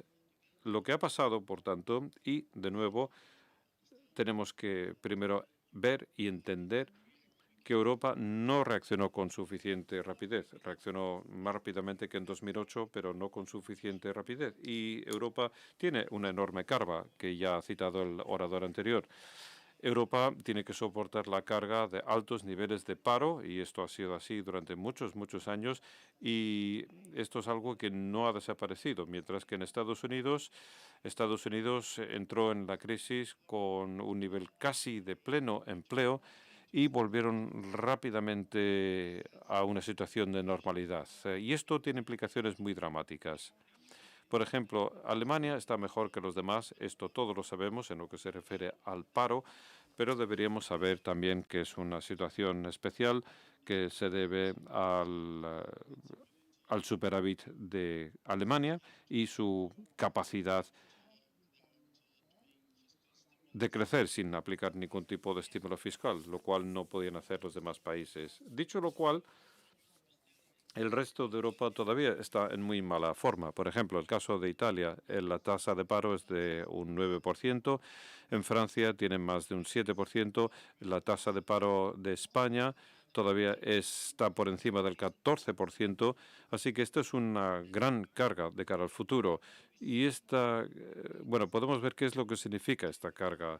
Si analizamos el tema del paro, tiene que ver con los salarios. Y si vemos el desarrollo salarial entre la eurozona y Estados Unidos, podemos ver una enorme diferencia. En octubre, en el informe sobre empleo de la Oficina Laboral de Estados Unidos, decían que la compensación horaria o el salario horario estaba aumentando a una tasa del 5% en comparación con el año anterior. Mientras que en Europa, los últimos datos que tenemos que provienen del segundo trimestre del Eurostat, donde podemos ver que estos salarios por hora en Europa están cambiando, están cayendo más bien. Y esto es dramático, puesto que esto tiene implicaciones para la demanda. Si no tienes más estímulos por parte del gobierno en Europa, esta recuperación podría acabar rápidamente, puesto que una vez que la gente normaliza sus ratios de ahorros, que ya está sucediendo, verán que sus expectativas van a quedar fatal, o en una situación muy mala, puesto que tienes cero crecimiento de los salarios nominales y digamos que tienes tasas de inflación altas, que ya se ha citado, con los cuellos de botella, que quizás sean temporales, pero aún así estas tasas temporales significan que caen los salarios de una manera bastante importante en Europa. Y esto se tiene que compensar a través de una fuente u otra. Pero la pregunta es quién lo va a hacer exactamente. Y en Estados Unidos ha habido una reacción muy agresiva y muy rápida por parte del gobierno ante la crisis. El nivel de paro bajó. Y si el gobierno lo puede hacer, y de hecho sí que es capaz de hacerlo, hemos visto que en el programa de infraestructuras que acaban de aprobar, bueno, veremos qué es lo que va a pasar. Pero si el gobierno puede llevar esto adelante, digamos que generarían un estímulo del sector privado por los incrementos salariales que podrían normalizarse. El 5% parece ser un poco alto, puesto que no estamos acostumbrados a este tipo de incrementos, pero no es alto en una economía que crece entre el 2 o 3%, como en Estados Unidos. Esto sería un incremento normal, pero tenemos un estímulo muy importante del sector privado que no tenemos en Europa. Y este es el tema crítico para Europa. Si Europa no entiende esta constelación, se verá interrumpida por su alto nivel de paro y por el bajo nivel salarial, con lo cual nos hace falta más estímulos en Europa. Todo el mundo está halagando la decisión que se tomó el año pasado y yo no me siento tan optimista al respecto. No estuvo mal, pero bueno, llegó muy tarde. Martín, sabes que esto lo debatimos en abril o mayo y yo me mostré muy pesimista, aunque la cosa funciona algo mejor, puesto que el presidente francés criticó muchísimo el planteamiento alemán para aquel entonces y después la señora Merkel se dio cuenta de que tenía que hacer algo, con lo cual lanzó mucho dinero a Europa. Pero eso no basta, ni siquiera basta esto. Sí, nos hace falta muchas más cosas y esto no se ha citado, pero bueno, no hay ninguna otra fuerza que pudiera sacar a la economía europea fuera de esta situación intermedia, que es donde nos encontramos en la actualidad. No voy a decir que hay un declive, el declive ya ha acabado, pero digamos que es una situación muy crítica y muy frágil, puesto que, de nuevo, tampoco vemos que, aun a pesar de una política monetaria agresiva, no vemos que el sector privado o que las empresas privadas vayan a hacer lo que se necesita. Y esto, de nuevo, tiene que ver con la falta de estímulos en lo que se refiere a la demanda doméstica. Y tenemos que aprender esta lección una vez más. Y esto es algo que hemos debatido Martín y yo en muchas ocasiones. Europa todavía no ha aprendido la lección de que es una economía más o menos cerrada y que se tiene que basar en sus propias fuerzas domésticas y fuentes domésticas y no solamente esperar a que lleguen las exportaciones, como hacen los alemanes. Así que nos encontramos ante esta encrucijada y ya veremos qué es lo que pasará con el nuevo gobierno alemán. Ya veremos si serán capaces de ser lo suficientemente flexibles para darle a Europa suficiente margen de maniobra o suficiente espacio para respirar en lo que se refiere a políticas fiscales y también para desarrollar las economías más para reducir los niveles de paro. Y si eso no fuera posible, si fracasaran en ese esfuerzo, estaríamos ante un problema muy grave. Y ya veríamos qué es lo que pasa en Estados Unidos. Estados Unidos seguirá adelante y otros países también evolucionarán mejor y Europa se quedará rezagada de nuevo. Y políticamente hablando, todos sabemos que esto puede resultar muy crítico. Quiero decir una palabra acerca del tema de la globalización. Quizás lo podamos comentar más adelante, pero quiero decir algo sobre el asunto de la globalización.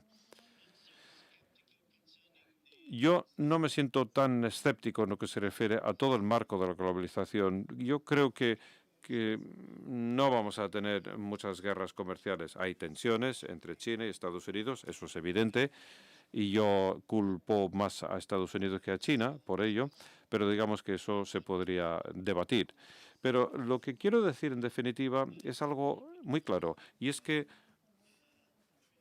no tenemos un sistema de comercio que de motu propio fuera capaz de producir incentivos para poder seguir creciendo o para poder hacer inversiones.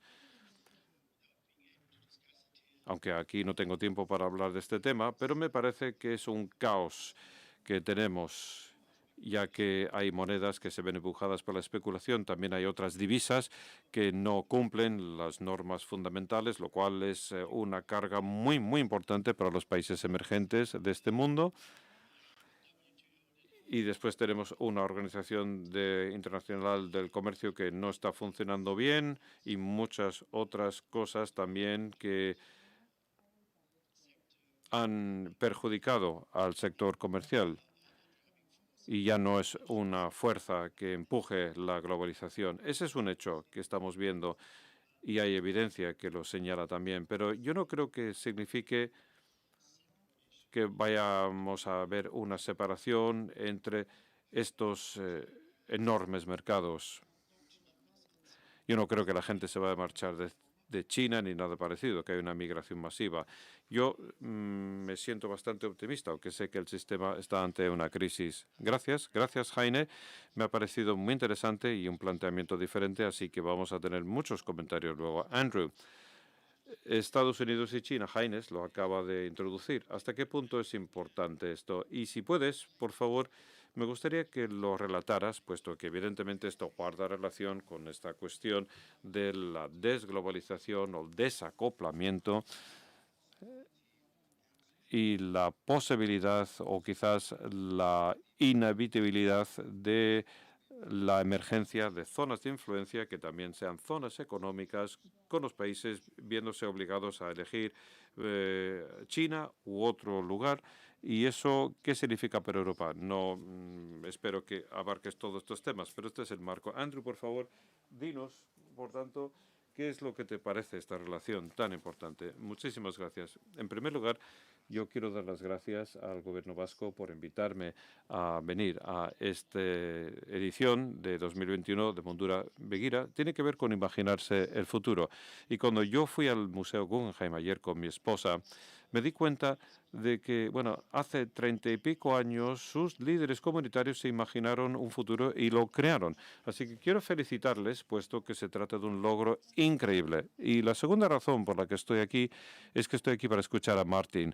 Cada vez que yo me reúno con Martin, siempre aprendo por lo que él dice y veo cómo ve el mundo y cómo él ve a China, puesto que nunca nos vemos a nosotros mismos mejor que los que nos ven otros. Y la tragedia de las grandes potencias es la tragedia de la falta de comprensión. Y eso es donde nos encontramos. Así que cuando Martin planteaba esta cuestión, por ejemplo, cuando Graham Allison hablaba de la trampa de las dos ciudades o de la trampa de Tucídides, dije que América es Esparta o es Atenas. La trampa de Tucídides. Bueno, no importa, ¿no? Pero bueno, digamos que es una competencia, sin más. La trampa de Tucídides. Entonces, el tema está en cómo podemos abordarlo. Hay dos maneras. Por una parte, tenemos la tragedia de los comunes. Yo creo que Kurt Leonard lo dijo muy bien y también Christian también lo aclaró. Estamos ante enormes retos para el mundo, es decir, la economía global, las desigualdades en cuanto a vacunas, los mercados emergentes que se están muriendo y están sufriendo mucho más que los países ricos. ¿Quién es el que va a conseguir que recupere la economía mundial? No está claro. Los americanos se están estudiando a sí mismos, los europeos también. China está intentando salir de este bucle y también hay otras economías, África, América Latina, el Oriente Medio y demás también están sufriendo. Entonces, el intentar salir de esta trampa y de evitar conflictos entre Estados Unidos y China es uno de los temas más importantes. Así que en este tema de economía extraña, a mí no me parece que la economía sea extraña. Lo que me parece que es extraña es la política. La economía para mí es muy clara. Si nosotros cooperamos, todo el mundo, de hecho, saldrá de este problema y también colaborará para hacer frente al cambio climático y también para abordar el tema de las desigualdades globales y también colaborará para poder superar los problemas que afectan a todo el planeta. Con lo cual, la pregunta clave para mí, ¿por qué estamos luchando, peleando en un planeta que tiene un incendio enorme, que está ardiendo, pero está pasando? Pero yo creo que Kurt Leonard fue brillante cuando decía, el futuro tiene que ver con DDR. Y yo pensaba que decía la República Democrática Alemana, ¿no? La DDR. Pero no, sino que tiene que ver con CCP más DDR, pero no DDR-ARD.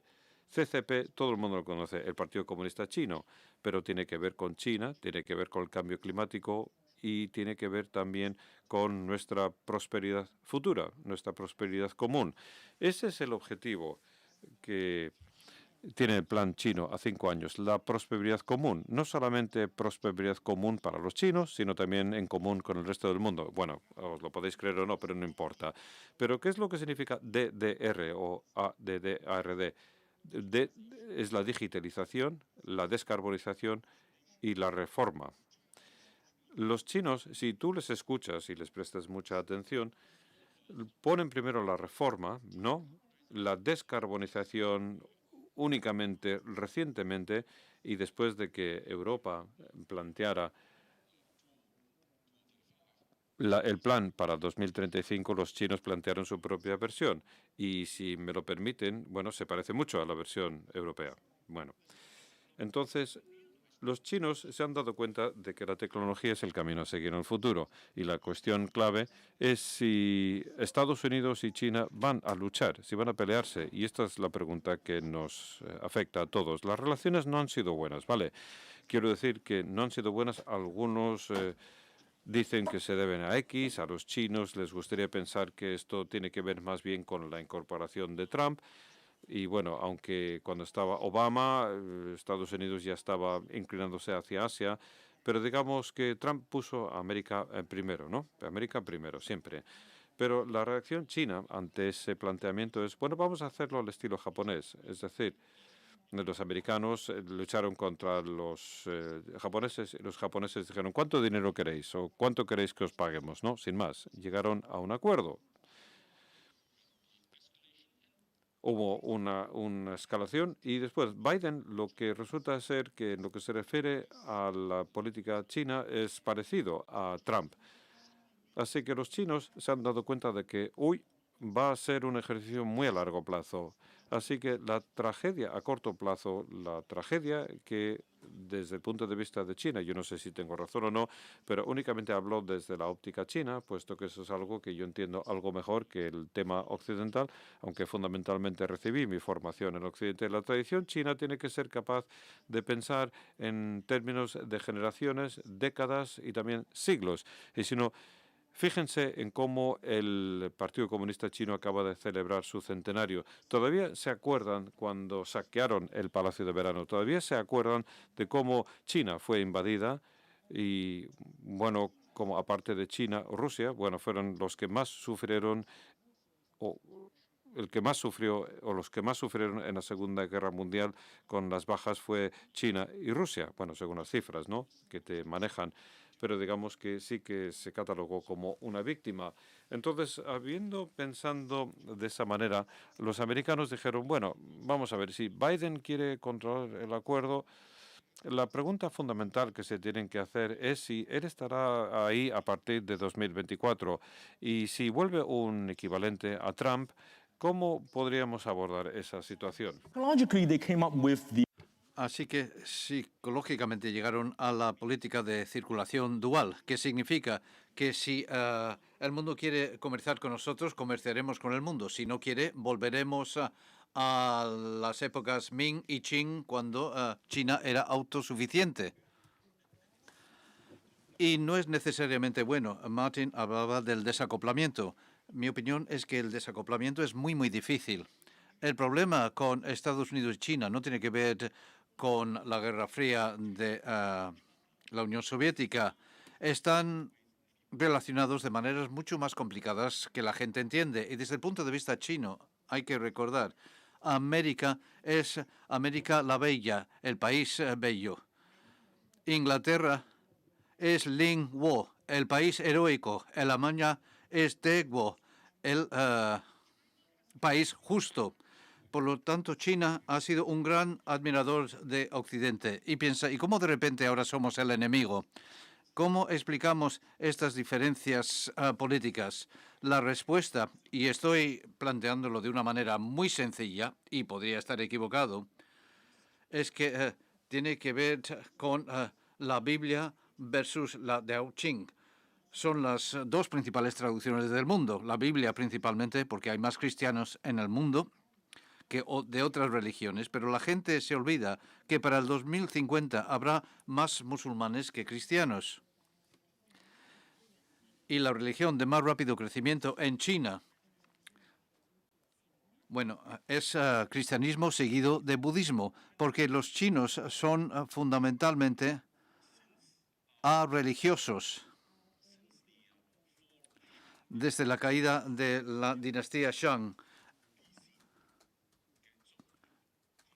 en el 1045 antes de Cristo, y el confucianismo no es religión.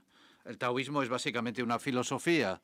Las dos áreas de ideología o de filosofía, según como se llame, son el budismo, que básicamente vino alrededor de los primeros 500 años después de Cristo, o algo antes, y luego el comunismo, y hoy la tecnología. Pero lo más interesante de la historia china, y esto hay que recordarlo, es que el budismo prácticamente ha muerto en el país de origen, que es la India, y el comunismo ya no existe. Karl Marx escribió Das Kapital y no existe en Gran Bretaña, ni en Alemania, ni en Rusia. Por lo tanto, los chinos interiorizan las tendencias globales. ¿Cómo China ve su nuevo papel? Es la parte más difícil. No tiene que ver con Estados Unidos, que no entienda a China, y por supuesto los chinos piensan que Estados Unidos no entiende a China, pero también cómo los chinos posiblemente o no entienden a Estados Unidos o no se entiende a sí misma. Y voy a dar algunas estadísticas.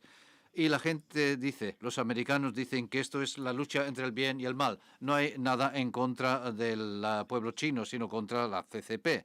Pero esto es lo interesante. Si tienes una política de hijo único, cuando el hijo va a la guerra y muere toda la generación familiar. Es impensable en la historia china. Los chinos tienen más palabras que tienen que ver con los familiares que otros muchos idiomas. Hay maneras de escribir a la cuarta tía por matrimonio, etcétera, etcétera, etcétera. Y con la política de un solo hijo, esto desaparece. Ya ni siquiera existe el tío, porque ya no existen tíos. Y por lo tanto, China querrá ir a la guerra por la política de un solo hijo. La respuesta es que es muy poco probable.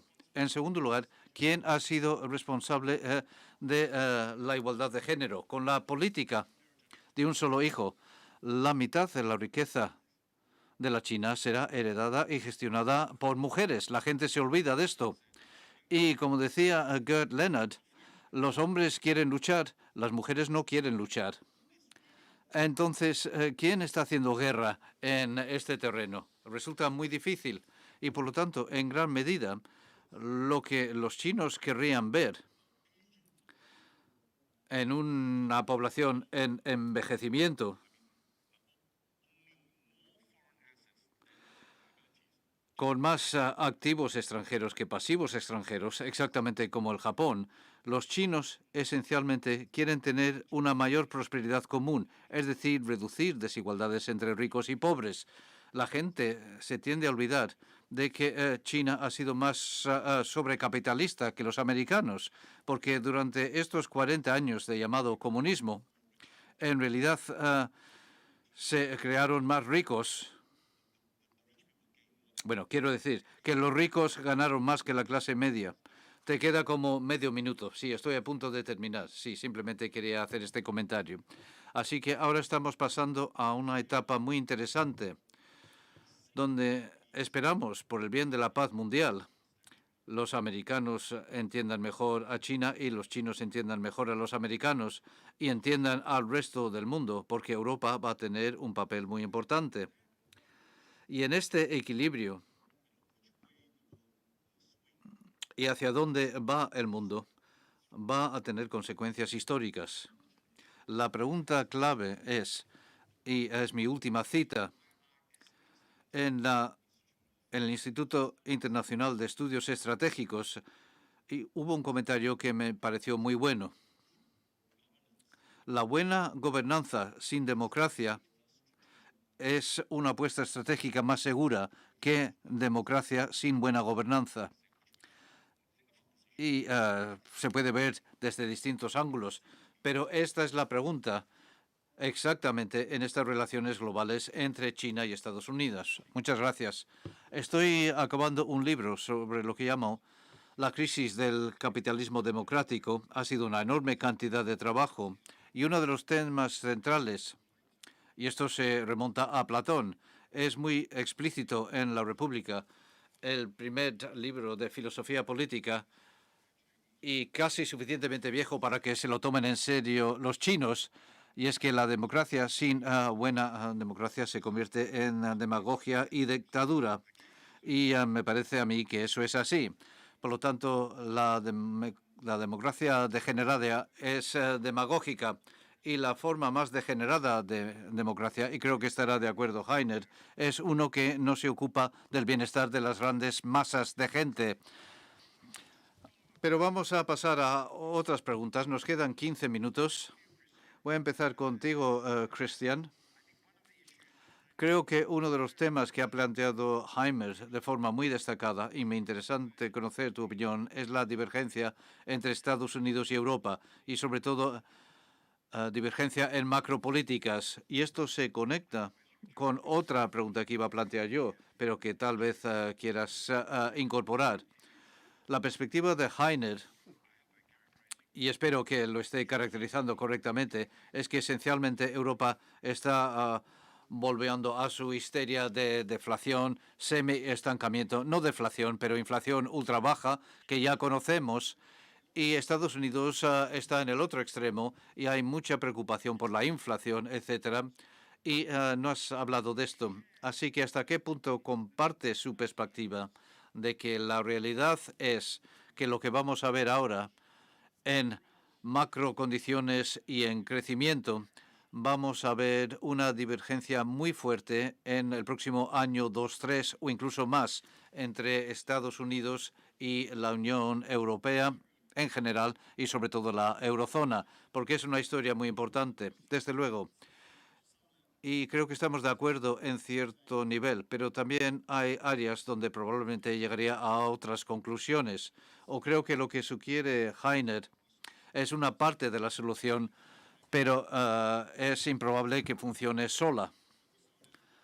Cuando empezamos, sí, es verdad que Europa se encontraba en una situación macroeconómica, pero también una situación muy estructural. No hemos creado las compañías de Internet, las nuevas startups que ha podido crear Estados Unidos. Seguimos detrás en la digitalización, incluida esta región, las industrias tradicionales de ingeniería mecánica, etcétera. Y esto supone un reto considerable. Estados Unidos tiene sus propios retos, pero quería decir que el punto de partida es diferente, no solo desde la perspectiva macroeconómica, sino también estructural. El planteamiento de Estados Unidos consiste en decir, bueno, tal vez deberíamos salir de esto gastando y podemos hacerlo porque los tipos de interés y la inflación son muy bajos y queremos una economía de gran potencia, mucha demanda, mucha inversión, mucha productividad y acabaremos mucho mejor.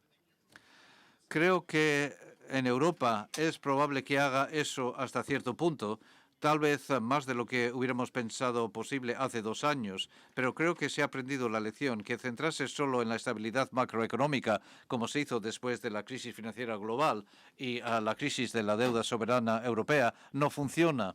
En países como Grecia, trajo la estabilidad macroeconómica, pero con niveles mucho más bajos de prosperidad, sin innovación y crecimiento tecnológico.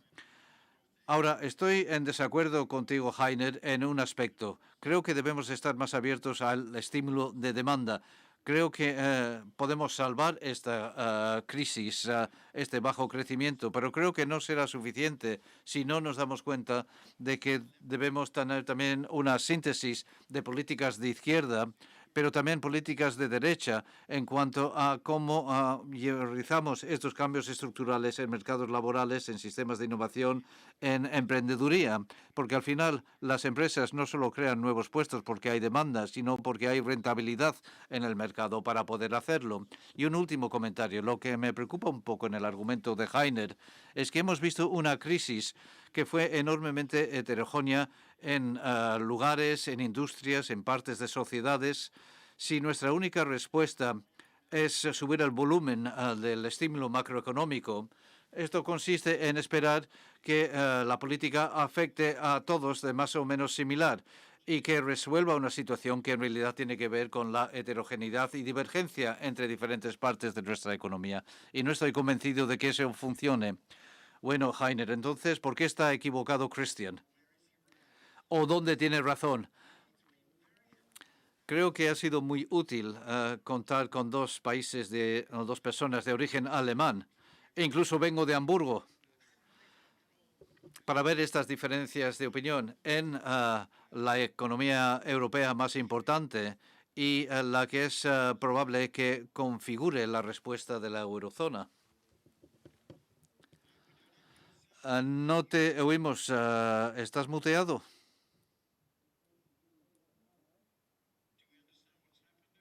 ¿Sabemos lo que ha pasado ahí?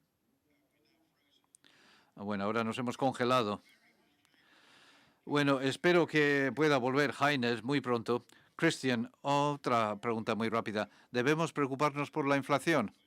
Creo que no. Creo que este no es el tema clave. A veces la gente dice que en la tecnología sobreestimamos a corto plazo y subestimamos el efecto a largo plazo. Creo que aquí es casi al revés. Creo que a corto plazo nos debemos preocupar un poco, pero a medio o largo plazo no tanto, porque creo que hay temas estructurales más importantes. ¿Estás hablando de nuevo? Hemos perdido tu sonido, Jaime. No sé por qué. No, yo tampoco. Yo tampoco. Bien, ahora puedes responder. Mi respuesta es la siguiente. La idea de tener, por un lado, la macroeconomía y, por otro lado, las políticas estructurales es un asunto muy difícil. Y creo que se puede intentar compensar uno con otro o sustituir uno con otro, pero en mi opinión eso no es verdad. Martin y yo lo hemos hablado muchas veces, porque el sector de las empresas no tiene el mismo papel que en las pasadas, donde el sector de la empresa era el principal deudor y la economía era el principal motor de las inversiones. A pesar de esta política monetaria agresiva, ya no es así. El sector empresarial es un ahorrador neto en Europa y en Estados Unidos en la mayoría de las ocasiones, y esto lleva al gobierno automáticamente a la posición de tener que ser el pionero Schumpeter. Yo soy un gran fan de los mercados y el funcionamiento de los mercados, pero las funciones no funcionan macroeconómicamente. El mercado funciona si tenemos un estímulo en el lado macroeconómico suficientemente fuerte para dar a las empresas buenas expectativas sobre su futura rentabilidad. Si no existe eso, no se puede esperar nada del sector empresarial y del mercado como tal. Por lo tanto, la condición necesaria es la condición necesaria. Puede que haya otras condiciones, pero la condición necesaria no existe en Europa. Y ahora estamos hablando en serio de una situación donde podemos revisar o reformar el Pacto de Estabilidad y Crecimiento en Europa. Y esto va muy lentamente. Los alemanes dudas, los holandeses dudas, todos los países con un excedente de cuenta corriente dudan, todos los demás van hacia adelante, pero hará falta otro año o 2 o 3 para hacer frente a esto. Y es demasiado tarde, es demasiado tarde. Para entonces ya tendremos una nueva recesión y no hay otra salida que entre en juego el gobierno. Este es el punto crucial, y el punto crucial son los alemanes. Tengo que decirlo una y otra vez. Pero veamos la coalición. Lo primero que acordó, más o menos, fue no aumentar la deuda del gobierno, volver al tope de deuda y todas estas cosas. Y esto no va a construir Europa y esto no nos va a permitir salir. Creamos lo que creamos respecto a microeconomía, estructura, etcétera. Muy bien, pero no se cumple la condición necesaria y hay que cumplir la condición necesaria. Nos queda muy poco tiempo.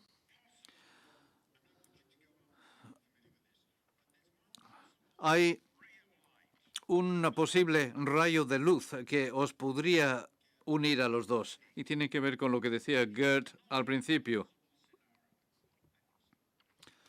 No es un escenario improbable, creo yo, que la emergencia del clima requiera, si nos lo tomamos en serio, una enorme inversión de capital.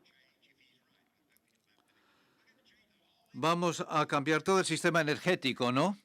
Esto va a necesitar una inversión enorme y evidentemente los gobiernos van a meterse hasta el cuello en esto.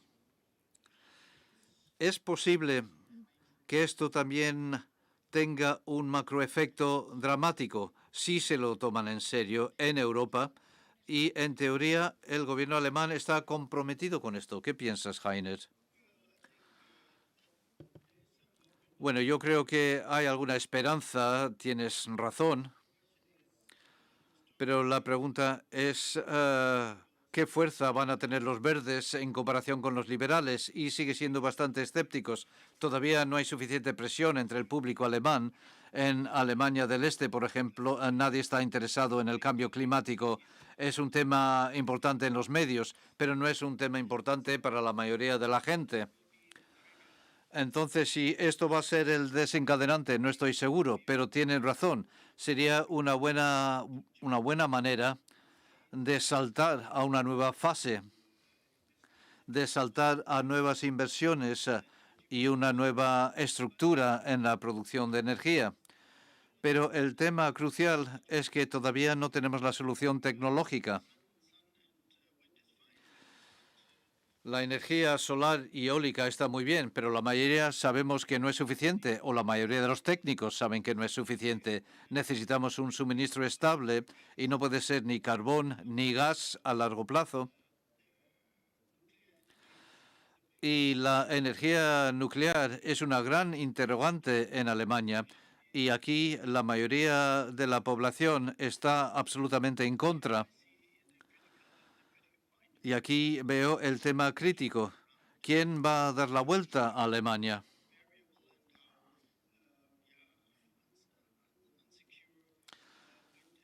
Vemos lo variable y poco segura que puede ser la energía solar y eólica, pero la mayoría de los partidos piensan que esta es la solución. Y si eso no es cierto, podemos gastar mucho dinero, pero no acabaremos en una situación energética estable.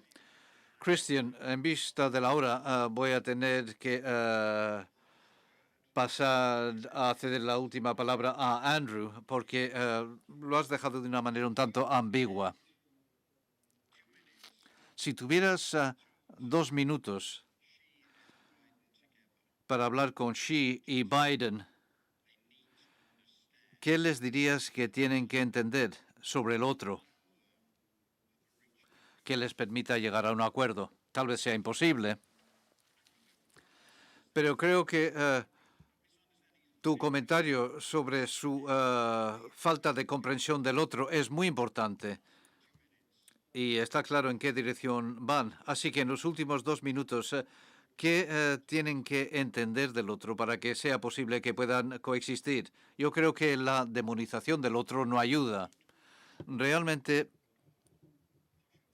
¿cómo lo podría decir? Tienen que ser verdaderos estadistas y pensar en el planeta. Solo tenemos un planeta. Y vamos a acelerar el calentamiento del planeta. Y quería indicar una cosa. El antiguo jefe de política monetaria en el Banco de China estimaba que China tendría que gastar 45 billones, casi 7 billones de dólares, solo para llegar a carbono cero. A mí me suena optimista. Sí, es una cifra pequeña incluso. Sí, estoy de acuerdo. Y creo que los chinos lo harán. El estímulo del que estás hablando, los chinos lo harán por su propio bien, porque se dan cuenta de que la contaminación, y van a hacer mucha energía nuclear. Sí, eso está claro, porque no pueden depender de carbón, como sabes. Por lo tanto, en gran medida, si será bueno o malo, no tenemos una clara respuesta, pero trabajemos juntos. ¿Cómo llegar al nuevo gran acuerdo? Va a ser el reto de nuestros tiempos. Bueno, tengo que ir cerrando. No me voy a atrever a resumir un debate tan complicado. Creo que resulta muy difícil sacar conclusiones de esto. Pero si lo hemos hecho bien, y creo que lo hemos hecho bien en este fascinante debate, y por lo menos espero que el público esté más confuso que hace una hora. Pero quisiera añadir una cosa. Yo no sé si compro la visión futurista de una transformación total, pero sí es cierto que los grandes temas de los que estamos hablando aquí están en las manos de los que formulan las políticas. No son cosas que están por ahí fuera. Hemos gestionado la pandemia. La pregunta es si los que formulan las políticas pueden seguir una política saneada de manera consistente. Si es así, podremos salir de esto. Si no, vamos a tener problemas en muchos sentidos. Y con esto voy a cerrar. Muchas gracias a los panelistas. Me ha parecido un debate muy interesante con unos desacuerdos fascinantes. Thank you, Martin. Gracias, Martin. Martin, Christian, Heiner, Andrew, muchísimas gracias. Dankeschön. Muchas gracias, caballeros. Nos habéis dado tantas cosas en que pensar al ir a la pausa y os aseguro que el Euskalduna nos va a dar unas cosas realmente buenas para comer. No es la primera vez que vengo y siempre hacen una tarea fantástica. Aunque esto es Bilbao, es Euskadi, donde podemos decir que la cocina es la mejor de Europa y tal vez el mundo. Soy una de las personas que piensa así. Vamos a ir a la pausa. Esperamos que los que estén online disfruten también de la pausa. Esto es Mundura Begira 2021. Y volveremos aquí a las 12:30. Gracias.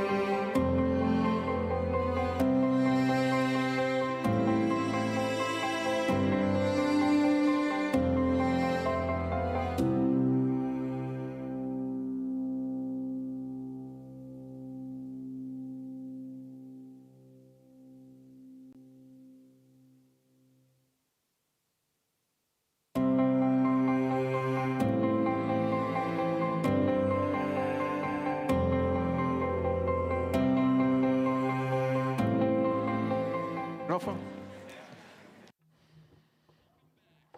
Bienvenidos a la segunda parte del Mundura Begira. Una mirada hacia dónde va el mundo. Estamos en el País Vasco, en el Palacio de Congresos Euskalduna de Bilbao, y tenemos una segunda mitad maravillosa. Vamos a hablar sobre el crecimiento global, las oportunidades y las amenazas para las empresas vascas en un mercado global. En colaboración con la revista The Economist, el comercio vasco ha sacado un informe sobre las oportunidades que ofrecen los mercados asiáticos, que ofrecerán para el año 2050, y también la capacidad que tienen las empresas vascas de posicionarse y sacar provecho de estas oportunidades. Va a intervenir John Ferguson, que es el director del Economist Club de Impacto Económico Global, Comercio y Finanzas, y él ha trabajado en diferentes países y diferentes sectores, incluyendo también el sector público y privado. Y después intervendrá Ainhoa Ondarzábal, que es la directora gerente del Basque Trade and Investment. Yo sé que lleva casi 2 décadas viviendo en Europa, América Latina y Asia, ayudando a las empresas vascas para que puedan crecer internacionalmente. El fomentar el crecimiento global, las industrias claves en los mercados emergentes para el año 2050. John Ferguson, tienes la palabra.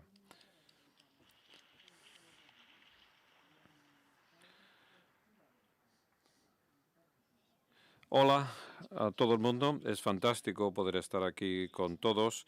Durante los próximos 12 minutos y 53 segundos voy a hablar sobre un informe que hemos elaborado acerca de lo que empuja el crecimiento global y el papel que van a desempeñar los mercados emergentes dentro de este crecimiento global. Y voy a explicar también cuáles son las industrias que pensamos que serán interesantes. En primer lugar, muchísimas gracias a nuestros colegas del País Vasco por ayudarnos a redactar este informe y muchas gracias por invitarme aquí. Quiero repasar 3 áreas en los próximos 12 minutos y voy a empezar presentando el contexto económico más amplio y después repasaré las 4 industrias que hemos identificado como industrias que quizás pudieran desempeñar este papel de servir como motor para el crecimiento global. Y por último, voy a hablar de algunas áreas claves. Son tendencias que son difíciles de definir en un sector, pero sí que quiero abordar estas áreas claves. Cuando analizamos el crecimiento global y lo que ha servido de motor en cada país, digamos que ha sido desarrollando un entorno propicio para los negocios. Esto ha sido así en el pasado y pensamos que también será así en el futuro. Pero vamos a echar un vistazo ahora a la predicción de mis compañeros. Han podido utilizar este modelo económico y toda su sabiduría y hacer una predicción hasta 2050. Es muy difícil, pero es lo que hacen. Y esto nos permite echar un vistazo también a aquellos mercados que están o que irán cambiando en los próximos 20 a 30 años. Y cuando analizamos la lista, y aquí tenemos una versión reducida, tenemos las 5 primeras economías que sí que están cambiando. Estados Unidos quedará algo rezagada y China superará a Estados Unidos en cuanto a producción económica total sobre 2030. Pero cuando echamos un vistazo a estos cambios y las predicciones económicas, vemos que los países emergentes van a quedar totalmente emergidos para cuando llegue 2050. Hay un par de países como Brasil y México de América Latina, pero tal y como se ha dicho hoy, gran parte de esto va a ser la década y el siglo de Asia. Y este es el contexto. Pero vamos a ver ahora cuáles son aquellas industrias, dado ese contexto económico, qué industrias son las que van a seguir de motor para el crecimiento global. En este informe identificamos 4 sectores. No son necesariamente sectores tal y como se les cataloga ahora mismo. Queremos ver cómo podrían cambiar las cosas. En las sesiones anteriores han abordado estas cuestiones. Hemos analizado atención sanitaria, seguros y finanzas digitales, pero quiero centrarme en la fabricación avanzada y pasaré a la cuestión tecnológica a posteriori. En cuanto a los 2 primeros sectores, y pensamos que serán claves. cuando los países aumenten sus niveles de ingresos personales y cuando, bueno, la atención sanitaria va a desempeñar un papel muy relevante y algunos países asiáticos ya tienen el problema del envejecimiento, con lo cual la atención sanitaria digital será una industria muy fuerte. Y lo mismo pasa con los seguros y las finanzas digitales. Este sector está pasando por una transformación. No nos podemos ni imaginar lo que va a pasar en los próximos 20 o 30 años, pero Asia, a medida que sea más rica y desarrolle más su mercado, este sector de los seguros y de las finanzas digitales será mucho más diverso y habrá bastantes más actores. Pero los dos sectores en los que quiero centrarme son la fabricación avanzada y las tecnologías. En la fabricación avanzada, bueno, le hemos dado este título, no es la fabricación tradicional. Si leemos The Economist o si leemos el Financial Times, sabemos que la fabricación ha ido cayendo en lo que se refiere a nuestras economías y lo que ha sustituido esto han sido los servicios en nuestras economías y servicios de comercio.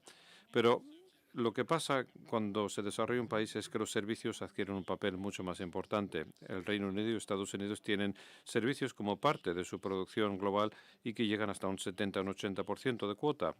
Los mercados emergentes también están cerca, pero a medida que se enriquezcan es lo que van a hacer también.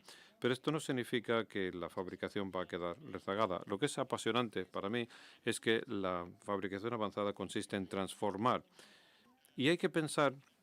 Cuando pensamos en el comercio global, y yo lo hago mucho, llevo una vida muy apasionante, como veis, el comercio global no tiene que ver con las exportaciones brutas de un país a otro. Tenemos que pensar en las cadenas de valor global que implica a las empresas. ¿Qué es lo que ha pasado en los últimos 10 o 20 años?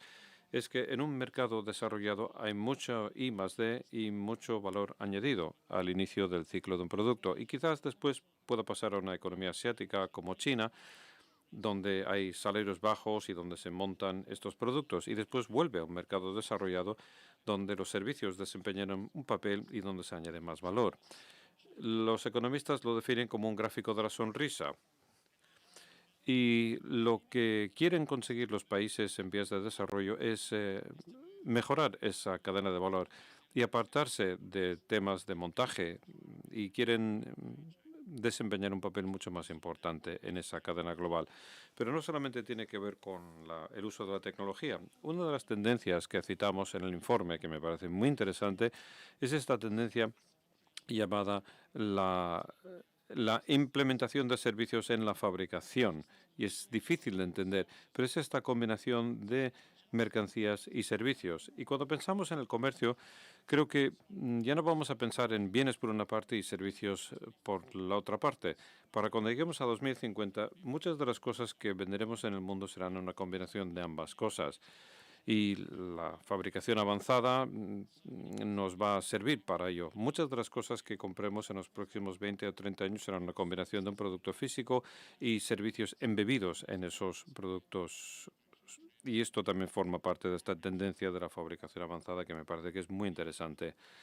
El cuarto sector es algo que definimos como tecnologías frontera, y es el reconocimiento de que esta tecnología va a ser un motor importante para el crecimiento. Y lo que quiero decir es que es un ejercicio a largo plazo, con 2050 como objetivo, pero habrá tecnologías que existirán que ni siquiera se han inventado todavía.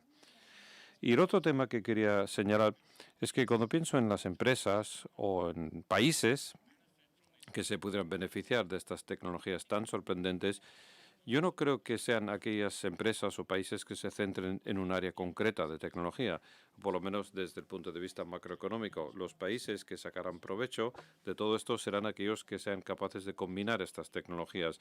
Y es aquí donde tenemos el motor para el crecimiento económico y de la productividad. Y cuando pensamos en Asia, y cuando veo lo que hacen mis compañeros, tienen un índice que, bueno, son muy conocidos por ello.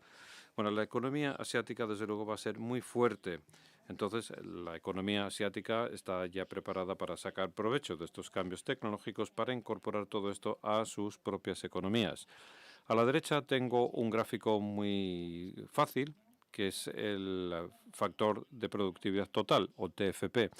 Cuando hacemos un desglose, pensamos en capital, en mano de obra, y lo que queda es el TFP, que es una fuente secreta. Pero lo que he sacado de mis compañeros es la predicción de TFP para estos mercados emergentes hasta 2050. Y podemos ver que la EIU espera que Vietnam, Bangladesh, India e Indonesia tengan tasas bastante elevadas de TFP. Y esto forma parte del crecimiento económico.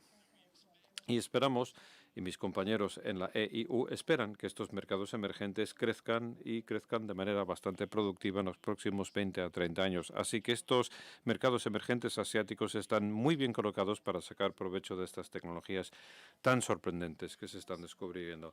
Pero cuando analizamos esto con más detenimiento, pensamos en la transformación de las economías, pero está claro que había tendencias que necesariamente no quedaban definidas por un único sector. Así que también quiero compartir algunas tendencias o áreas claves a vigilar.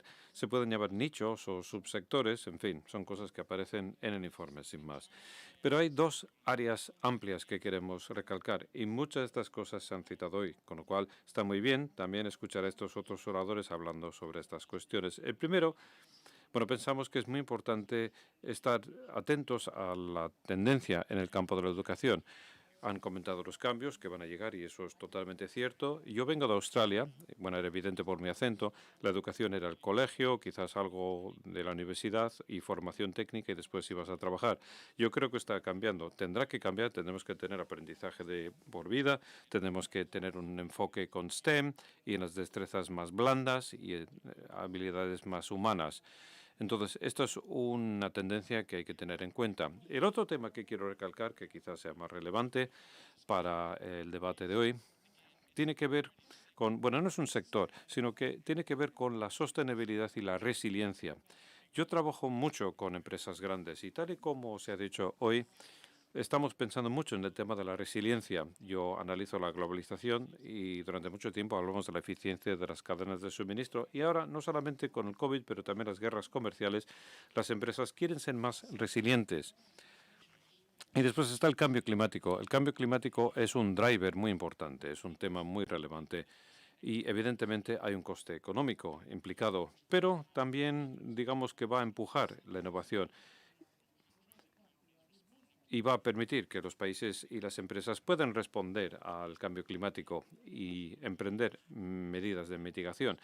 Y yo creo que aquí hay incentivos muy fuertes para ello. Lo que aparece en la derecha es un modelado que hicimos en la EIU hace algunos años. Es un modelo económico muy difícil que nos llevó 2 o 3 años construir. Pero construimos un modelo a largo plazo que analizaba los costes económicos de la pérdida del PIB por el cambio climático. Y los países más ricos son capaces de ser más resilientes, pero son los países emergentes, las economías asiáticas, que estaban sufriendo más del cambio climático.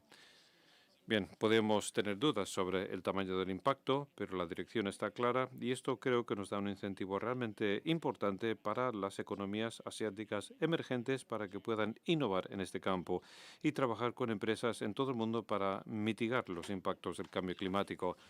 Entonces tenemos los impactos del COVID-19 y las empresas quieren ser más resilientes, el impacto creciente del cambio climático, donde querrán innovar las empresas. Yo creo que este subsector o esta tendencia, si incorpora la resiliencia, será algo muy importante a tener en cuenta de cara al futuro. Bien, eso es todo lo que quería deciros. El informe lo podremos compartir dentro de poco tiempo, pero esto es un repaso.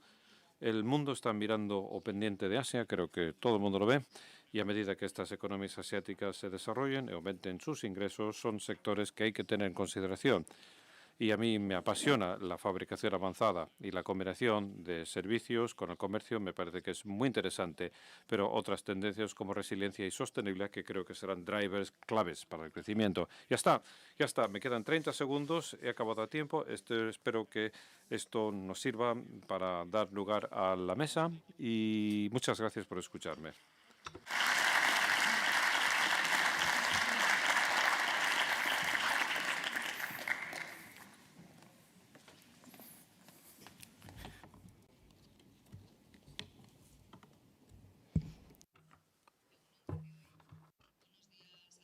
y todas. Thank you, John, for the inspiring presentation and for Muchas gracias, John, por esta inspiración y por estar aquí con nosotros compartiendo este informe.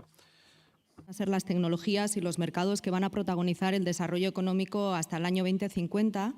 Yo voy a enfocarme en analizar cuáles van a ser las oportunidades para las empresas vascas en ese contexto y, sobre todo, cómo vamos a poder aprovechar esas oportunidades. Por empezar, dando algunas pinceladas sobre Asia.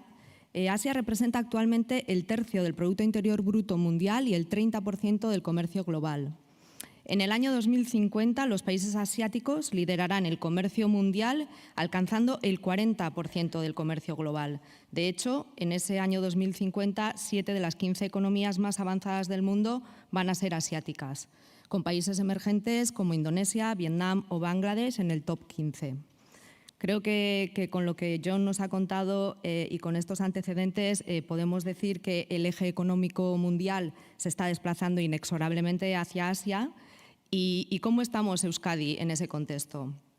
Bueno, Euskadi es una economía abierta al mundo, ya se ha dicho antes, con alrededor de 50 empresas exportadoras, alrededor de 2.000 implantaciones en los 5 continentes. Sin embargo, Asia representa para nuestras empresas el tercer destino de las exportaciones después de Europa y de América, con un reducido 6,5% de las exportaciones totales, muy lejos de las cifras que tenemos en los mercados tradicionales. En cuanto a la presencia de las empresas vascas en la región, contamos con una importante presencia en China e India, pero el resto de los países de Asia, nuestra presencia es muy poco significativa. De hecho, de las 383 implantaciones vascas en la región, únicamente encontramos 52 implantaciones fuera de China y de India. Yo creo que ha llegado el momento de mirar a Asia de otro modo y nos tenemos que preparar para las oportunidades que esta región nos va a ofrecer. Pero ¿cuáles van a ser los sectores y las tecnologías que van a abrir oportunidades para las empresas vascas y cómo puede la empresa vasca contribuir a esos retos? Bueno, pues en ese contexto de crecimiento, las oportunidades se van a multiplicar en Asia. A todas esas oportunidades derivadas de las estrategias de crecimiento y de la propia evolución de los modelos de fabricación y especialización, se le van a sumar todas las vinculadas a las 3 transiciones. Entre las estrategias de crecimiento observamos un mayor grado de apertura a la inversión extranjera directa, especialmente en aquellos sectores orientados a las exportaciones, como pueden ser la automoción, la electrónica o el textil, así como el anuncio de grandes planes de inversión pública, especialmente en los sectores ligados a las 3 transiciones, la verde, la digital y la sociosanitaria. Además, también veremos una creciente especialización productiva en la región, con países que transitarán de un modelo de fabricación low cost a uno de alto valor tecnológico, como es el caso de China, y otros países que absorberán la deslocalización productiva de China, Corea del Sur y Japón, como pueden ser el caso de Indonesia, Vietnam y Bangladesh. En ese contexto, dentro de la fabricación avanzada, las empresas vascas tendrán oportunidades en las áreas de maquinaria y tecnología productiva, de productos de contenido tecnológico y también los servicios conexos a la industria. En el ámbito de las 3 transiciones será clave identificar sectores donde nuestras empresas son un referente. Y en ese sentido destacaría las Smart Grids en el ámbito de la digitalización, las energías offshore en el ámbito de la sostenibilidad o el ámbito de e-health y biotecnología en el área sociosanitaria. Pero no hay oportunidades sin retos y este caso tampoco es una excepción, por lo que para tener éxito en la región las empresas vascas van a tener que hacer frente a apuestas claras. Por un lado, a la apuesta por desarrollar estrategias proactivas y sostenidas en el tiempo en Asia, por garantizar esa presencia local para acompañar a nuestros clientes internacionales y locales y poder competir en términos de coste, rapidez de respuesta o adaptación a las reglas locales. Para competir en Asia, tener presencia en Asia será de gran ayuda. También por el talento especializado en internacionalización, tanto vasco como local, a través de la integración de profesionales con experiencia internacional y trayectoria en los mercados asiáticos. Y también el talento local en las unidades de negocio en destino. Para competir en Asia tenemos que ser asiáticos. También apuesta por el posicionamiento de los productos y servicios vascos a través de la puesta en marcha de actuaciones vinculadas a la promoción y al posicionamiento ante los agentes locales. También por el desarrollo de tecnologías digitales para la promoción y venta de en los mercados asiáticos. Este va a ser un aspecto especialmente relevante en estos países debido al alto desarrollo digital que han experimentado durante los últimos años. Pero no estáis solos para afrontar estos retos. Desde el Gobierno vasco y desde Basque Trade and Investment os acompañaremos en abordar esos retos a través de distintas líneas de actuación y modelos de trabajo que hemos puesto en marcha. A través del refuerzo de nuestra presencia en esa región, con la apertura de 3 nuevas oficinas comerciales, a la oficina de China, India y Singapur, desde donde damos cobertura a la región de ASEAN, tenemos previsto sumar la oficina de Japón a finales de este año y las de Corea del Sur y Turquía a lo largo del año 2022. También nos apoyaremos en todo lo que es el apoyo a la multilocalización de las empresas vascas en la región a través de asesoramiento, de financiación y de apoyos en destino. En el impulso y generación de talento especializado a través de las 600 becas que convocamos anualmente, donde contaremos con un número importante de jóvenes en Asia que también ponemos a vuestra entera disposición. La identificación de oportunidades de negocio también para las empresas, como puede ser facilitar, por ejemplo, el acceso a los diversos portafolios de inversiones o el desarrollo de oportunidades con grandes corporaciones asiáticas. Seguimos trabajando también en el posicionamiento de Euskadi Basque Country y la promoción de los productos y servicios de la empresa vasca en Asia a través de distintas actuaciones de promoción, como es el caso, por ejemplo, del artículo publicado en la edición impresa y digital del Economist. También el desarrollo de la diplomacia corporativa como estrategia de apertura de puertas con los grandes clientes gubernamentales y locales. También ayuda en el desarrollo de las herramientas de impulso a la digitalización de la actividad internacional y el posicionamiento online de la industria vasca en el exterior. Todo ello con el objetivo de que las empresas ganéis en competitividad, ganéis en tamaño y en apertura hacia nuevos clientes, nuevos mercados y nuevos nichos de negocio. Y quizás unas palabras de conclusión de mi lado para decir que en el futuro Asia va a liderar el crecimiento económico global a través del desarrollo de nuevas tecnologías, de políticas de apertura y crecimiento y nuevos modelos de fabricación, y que la empresa vasca tiene que prepararse para abordar esas oportunidades y desde el Gobierno vasco, desde Basque Trade and Investment, estaremos encantados en acompañaros. Eskerrik asko.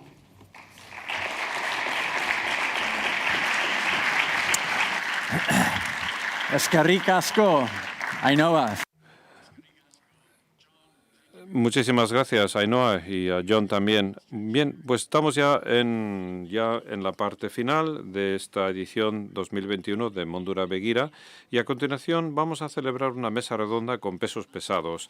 Arantxa Tapia, que es la consejera para el Desarrollo Económico, Infraestructuras y Sostenibilidad del Gobierno vasco, ella va a ser la moderadora, y yo le voy a dejar a ella que ella vaya presentando a los panelistas y que, bueno, gestione lo que estoy seguro que será un debate muy interesante. Señora consejera, sé que estamos en buenas manos. Adelante, por favor, señora Arantxa Tapia.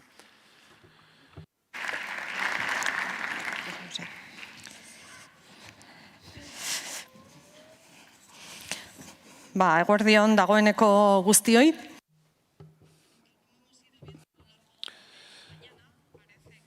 Asia va a ser un ámbito importante, ya lo es de hecho, en nuestra economía y en el futuro de lo que nos depara la misma. Y además, si la combinamos con esas transiciones, con esa importancia de algo que para Euskadi, bueno, pues es casi nuestra seña de identidad, nuestro ADN, como puede ser la fabricación avanzada, el advanced manufacturing, hablábamos de digitalización. Hace tiempo que venimos hablando de la industria 4.0, nos toca bajarla a la realidad, trabajarla y poner en marcha servicios avanzados. Bueno, tenemos la oportunidad de la sostenibilidad, del cambio climático, y todo eso lo tenemos que trabajar desde ya para ser competitivos a futuro, si no vamos a perder esta carrera. Y vamos a tener a lo largo, bueno, pues de esta mesa redonda a 3 representantes de 3 empresas tractoras ubicadas en Euskadi en 3 sectores diferentes: energía, automoción y, vamos a decir, fabricación avanzada, maquinaria de todo tipo. Y a lo largo de, bueno, pues de este rato que vamos a permanecer aquí, les voy a lanzar una pregunta a cada uno de ellos y después una pregunta común para que nos vayan contando cuáles son sus experiencias, cuáles son sus proyectos y que podamos aprender y poderlo aplicar también en otro tipo de empresas de menor tamaño, pero que también están saliendo al exterior. Y permítanme presentarles a los que van a participar conmigo en esta mesa. Por una parte, Francisco Riveras, que comenzó su carrera profesional ocupando diferentes posiciones en el Grupo Gombarri como director de desarrollo corporativo y posteriormente como consejero delegado. En el año 97 creó Gestamp y desde entonces ha sido su presidente ejecutivo, llevando Gestamp a lo que es hoy en día. Es miembro de consejos de administración diversos en Telefónica, en CIA Automotive y General de Alquiler de Maquinaria. Además, forma parte de órganos de administración de otras sociedades de la propia Gestamp y desde del holding de sociedades del holding de familiar ACEC, entre las que se incluyen sociedades como el Grupo Gombarri, ACEC Energías Renovables, Inmobiliaria ACEC y Sideacero. Adicionalmente, además, preside la Fundación del Consejo España-China, el Consejo Asesor Empresarial España-China y la Fundación Endeavor en España. Y ha sido presidente del Instituto de Empresa Familiar entre mayo del 18 y junio del 20. Y muchas otras cosas que no me voy a detener, pero creo que como resumen puede ser interesante. También voy a tener aquí conmigo a Íñigo Ucín Azcue, de segundo, natural de Azkoitia, licenciado en Ciencias Económicas y Empresariales por la Universidad de Deusto, máster en Gestión de Innovación, también por la propia Universidad de Deusto. Él comenzó a trabajar en ISA Rights, que es parte del grupo Danovat, como director financiero y de recursos humanos en el año 84 y hasta que en el 92 asumió la dirección general de dicha empresa. En el 95 empezó a trabajar en Danovat como controller y en el 98 asumió la dirección general de Danovat Sociedad Cooperativa. Hasta que en el 2013 fue nombrado vicepresidente y director de la división de maquinaria, de máquina herramienta de todo el grupo Danovat. Lleva 37 años trabajando en el ámbito cooperativo y desde el año 2016, desde agosto del 16, además es presidente del grupo Mondragón. Y el tercero de los invitados es Dámaso Quintana, ingeniero eléctrico y MBA por el IES. Él es CEO y consejero en varias empresas industriales relacionadas con el metal y fabricación de equipos eléctricos con presencia global, tanto en Europa como en América y también en Asia. Es presidente del Consejo y CEO del grupo Cunex desde el año 2014 y presidente y fundador de Aisea Wind Group, que es una empresa vinculada al sector eólico. Además, es y ha sido miembro de diferentes consejos de administración en diferentes empresas industriales en Europa y en Estados Unidos.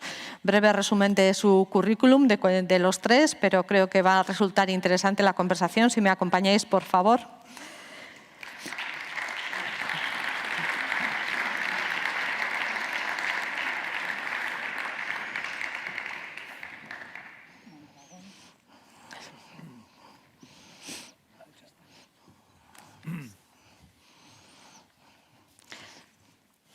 Bueno, os he hecho la presentación del currículum porque les pongáis cara, aunque seguro que los conocéis.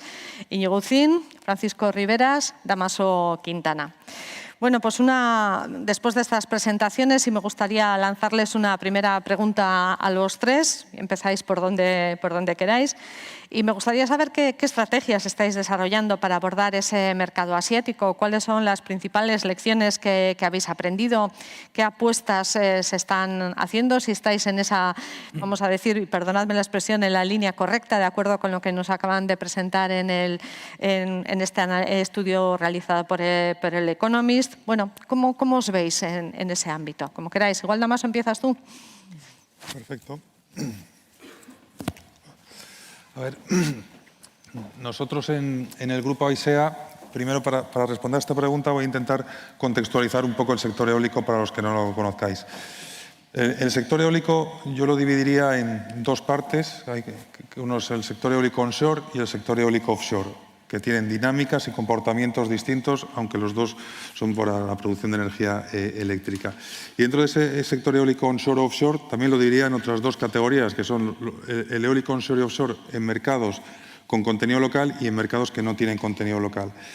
¿Qué significa mercados con contenido local? Significa mercados en los que los developers, los Vestas, Siemens, GE de este mundo, cuando cotizan sus ofertas necesitan asegurar una cadena de suministro local para poder optar a las diferentes subastas. Evidentemente, en esos mercados las reglas y las dinámicas son distintas que en los mercados donde no hay contenido local. Y por daros una foto de cuáles son esos mercados de contenido local, que pensaréis que son solo en mercados emergentes, pues la respuesta es no, no son en mercados emergentes. O sea, en mercados emergentes tienes Brasil, Argentina, Sudáfrica, Turquía, Taiwán, etcétera, pero también tienes en mercados no emergentes como UK, que está poniendo reglas de contenido local, y Estados Unidos, que está poniendo reglas de contenido local. Y luego, no oficialmente, hay otros países europeos que también invitan a que haya contenido local, como puede ser Polonia o como puede ser Francia. Y eso hace que la competencia, de alguna manera, pues, se distorsione de alguna manera. Y luego, los crecimientos del sector son tremendos. Son tremendos en onshore y son tremendos en offshore. Y en el caso del offshore, la cadena de suministro se está conformando en estos momentos en un segmento de mercado que del 2020 al 2030 va a multiplicar por 7 su capacidad instalada, y del 2030 al 2050, sobre la capacidad del 2030, va a multiplicar por 8. Es decir, la capacidad instalada de hoy del offshore en los próximos 30 años va a multiplicar por 50. Imaginaros lo masivo que viene. Entonces, ahora llevándolo a nuestra compañía. ¿Qué estamos haciendo nosotros? Nosotros tenemos una posición importante de liderazgo en varios componentes. Estamos tanto en torres eólicas onshore como en torres offshore. Tenemos también cierto liderazgo en Europa en las componentes de la torre, que son a través de piezas de fundición. Y lo que nosotros estamos haciendo es asentar ese liderazgo en el mercado offshore. ¿Y por qué en el mercado offshore y no en el mercado onshore? Y luego llego a Asia. Porque hoy el 70% del mercado offshore está en Europa, el 25% está en China, el 5% está en el resto del mundo. Y si te vas a 2030, el 50% de lo que va a pasar en la eólica offshore va a estar en Europa, el 25% va a estar en China, el 15% en el resto de Asia y el 10% en el resto del mundo. Entonces, ¿qué hemos entendido nosotros? Nosotros hemos entendido que para ir a Asia primero tenemos que asentar el liderazgo en Europa y consolidar el liderazgo en Europa. El crecimiento es tan tremendo que las necesidades de adaptación de las infraestructuras y las capacidades fabriles a corto plazo son inmensas. Pensar que estamos hablando de que en un espacio de 4 años las turbinas eólicas offshore han multiplicado por 2 su capacidad. Eso significa que hemos pasado de turbinas que necesitaban torres, por decir algo, de 6 metros a torres que hoy a torres que hoy tienen unos diámetros exigidos entre 8,5 y 9,5 metros de diámetro, y en las que tienen unas necesidades de estructuras de cimentación con 14 metros de diámetro y 2.000 toneladas de peso. Todo eso hace que a corto plazo, como AISEA, estemos asentando, como decía, el crecimiento en Europa, que va a venir muy fuerte en el offshore, para luego saltar a Asia. ¿Qué vemos de Asia? Asia vemos que en el onshore es la realidad. O sea, es imposible competir en el onshore sin estar en Asia. Hoy puedes competir en offshore sin estar en Asia, como es nuestro caso. ¿Qué seguimos viendo de Asia? Que claramente tiene unos costes de producción que desde Europa no podemos seguir. Para que os hagáis una idea, una torre offshore que puede llevar 3.000 horas de trabajo producida en Europa versus una torre offshore producida en Vietnam, con diferencias salariales de 1 a 5 o 1 a 6, pues claro, tienes unas diferencias que hace muy difícil competir por coste. Entonces, ¿por qué estamos pudiendo competir? Estamos pudiendo competir por calidad, por certidumbre en la entrega, por proximidad a los mercados, pero eso evidentemente dura un plazo. Y en ese plazo habrá esa competencia asiática, que lo normal y lo lógico es que los proveedores europeos que hoy estamos asentando ese liderazgo, pues lo tomemos nosotros. ¿Qué estamos haciendo en esa dirección? Estamos trabajando en modelos creativos de reducción de costes, pues desde ver si partes de la torre se pueden hacer en Asia y se terminan en Europa, etcétera. Y no sé si más o menos ha respondido a tu pregunta. Muy bien, gracias, Dámaso. Francisco. Bueno.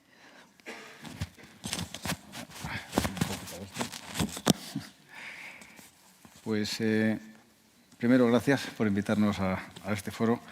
Yo creo que en nuestro caso, en Gestamp, nosotros fabricamos y diseñamos componentes metálicos para la industria del automóvil y, por tanto, nuestra estrategia en Asia está ligada a la naturaleza de nuestros productos, que tienen que ser suministrados en local, ¿no?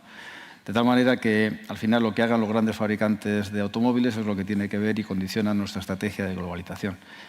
Hoy en día, ya más del 50% de los vehículos ligeros en el mundo se producen en Asia, pero Asia es muy grande y hay muchas Asias, ¿no? Y en concreto hay 3 zonas completamente diferenciadas. Una sería, digamos, la zona más madura, la zona donde el índice de motorización ya es suficientemente alto, países como Japón y Corea, donde no solamente ya tienen ese nivel de motorización alto, como digo, sino que son también países netamente exportadores. Luego está China, que de por sí es el área más importante. Estamos hablando de más del 30% de la producción mundial ya se produce y se vende en China. Y luego estaría el resto de Asia, que por supuesto incluye India e incluiría otra serie de países como Tailandia, Indonesia o Vietnam, ¿no? Desde el punto de vista nuestro, de Gestamp, hemos llegado tarde a Asia y, por tanto, hoy en día nuestras ventas o el porcentaje de nuestras ventas en Asia no refleja lo que es la importancia del mercado asiático. Básicamente, este año vamos a estar en un entorno de un 13-14% de nuestras ventas producidas desde nuestras plantas en Asia, que suponen algo más de 1.000 millones. Contamos con 10 plantas productivas en China ya, contamos con 3 en la India, 2 en Corea, una en Japón y una más pequeña en Tailandia, ¿no? Y entonces, hacia adelante, si lo vemos un poco como qué nichos o qué oportunidades podemos tener nosotros en Asia, pues dentro de nuestro plan pretendemos que por lo menos nuestras ventas en unos años sean casi más del 20% en Asia. En el caso concreto de China, por la propia naturaleza del mercado, vamos a tratar de adecuar la oferta de nuestros productos a cómo está evolucionando el mercado chino. El mercado chino es una mezcla entre productos muy low cost y otros productos donde segmentos premium son muy importantes. Es el líder mundial hoy en vehículo eléctrico y, por tanto, al final nuestra estrategia pasa por desarrollar tecnologías muy sofisticadas. Como antes comentaba Dámaso, es muy difícil competir allí por coste, luego hay que competir por tecnología. Estamos llevando las tecnologías más avanzadas para allá y tratando de enfocar mucho en todo lo que tiene que ver en el coche eléctrico. Y además, tratar de desarrollar más nuestra estrategia comercial con los clientes puros chinos. Es decir, no solamente con las joint ventures con fabricantes internacionales, sino con compañías como Great Wall o BYD, o que son compañías que ya están teniendo mucha importancia. En el caso concreto de Japón y Corea, no tenemos una estrategia de crecimiento, puesto que son mercados maduros, mercados que no pensamos que incluso pueden decrecer, ya que no creo que sean capaces de mantener unos niveles de exportaciones de futuro, pero son claves para nosotros porque son la sede de compañías que son líderes mundiales, tanto en Japón como en Corea, y lo que estamos haciendo es incrementando nuestra posición comercial, incrementando nuestras oficinas de I+D para tratar de ser un actor o un proveedor importante de estas compañías, no ya en Japón y en Corea solo, donde sí tenemos actividades, sino en el resto del mundo. Y por último tenemos todo lo que es la zona del sudeste asiático, donde yo creo que India es una mención especial porque es un país que va a crecer de una manera sustancial. Estamos hablando de países donde todavía el índice de motorización es muy bajo y donde estamos hablando donde realmente el nivel premium y el vehículo eléctrico no se está discutiendo, estamos hablando solamente de low cost. Nos es más difícil entrar en esos mercados, pero, por ejemplo, en el caso concreto de India ya hemos sido capaces de introducir tecnologías como la estampación en caliente y estamos ahora mismo poniendo en marcha nuestra segunda línea de estampación en caliente allí. Y luego, principalmente, como digo, de estrategias, China, eléctrico, proveedor doméstico, Japón y Corea, oficina comercial, codesarrollo con ellos y, en el caso concreto de India y el resto del sudeste asiático, soluciones un poco en el ámbito de low cost, pero intentando introducir poco a poco tecnologías avanzadas. Eskerrik asko, Francisco. Iñigo, zuen kasuan? No, lehendabizi eguerdion eta eskerrik asko inbitatzeagatik. Bueno, en nuestro caso, aunque coincido bastante, sobre todo con lo que ha dicho Paco, la casuística es distinta. Nosotros estamos hablando de un conjunto de empresas cooperativas, 100, no llegamos, pero casi 100, con más de 140 plantas en el exterior. En Asia tenemos una parte importante, hay que decir, fundamentalmente en China. Pero la casuística que tenemos es un poco distinta porque no voy a decir que hacemos de todo, pero hacemos muchas cosas distintas, con tecnologías distintas y que se dirigen a sectores totalmente distintos. Dos áreas muy importantes y que están con una fuerte implantación, también yo diría que en todo el mundo, pero también En Asia son los componentes del automóvil, que coincidimos también, no siendo productos distintos, van enfocados a los mismos clientes, coincidimos con Gestamp. Tenemos también una parte importante en componentes de electrodomésticos. La mayoría de los electrodomésticos que se hacen en el mundo tienen algún componente nuestro. Y aquí tenemos una presencia importante con plantas, digamos, en destino, porque los clientes, por motivos logísticos y de coste, necesitan que las plantas estén cerca, pero tenemos negocios totalmente distintos. Yendo al otro extremo, tenemos hasta una empresa que es una pyme, y lo digo porque es un caso curioso, son casi un poco más de 15 personas que bueno, pues más de dos tercios de lo que hacen exportan a todo el mundo, a más de 30 países, ¿no? Entonces, la casuística, como digo, es distinta, desde implantaciones propias, como decía, desde implantaciones para fabricar algo bueno, pues que ha pedido un mercado y que se ha focalizado a un mercado y no a un cliente, y estoy hablando de cosas muy distintas también. Estamos hablando desde bueno, tener una red lo más tupida posible de agentes, distribuidores, etcétera, etcétera, dependiendo, como digo, de cada producto que puede variar, como decía, desde componentes de electrodomésticos y del automóvil hasta bicicletas, hasta temas de salud, muchos productos de bienes de equipo y de máquina herramienta sofisticada, muchos de ellos dirigidos a nichos muy especializados y, por lo tanto, pues con cadenas comerciales totalmente distintas, ¿no? En Asia, por centrarnos en esta área, nosotros también coincidimos con lo que ha dicho Paco. Tenemos una fuerte implantación en China, tenemos 21 plantas productivas que están allí para fabricar productos para vender en China. Antes ya hubo algunas que fabricábamos allí algunas cosas, no muchas, pero bueno, pues China se volvió un país caro y, por lo tanto, ahora lo único que subsiste es lo que fabrica para ser vendido allí, ¿no? En lo demás, está India también, que es un país muy distinto, con una complicación, un grado de complicación importante, temas culturales totalmente distintos. Cada país hay que decir que es un mundo, pero China yo creo que es más mundo que ningún otro, ¿no?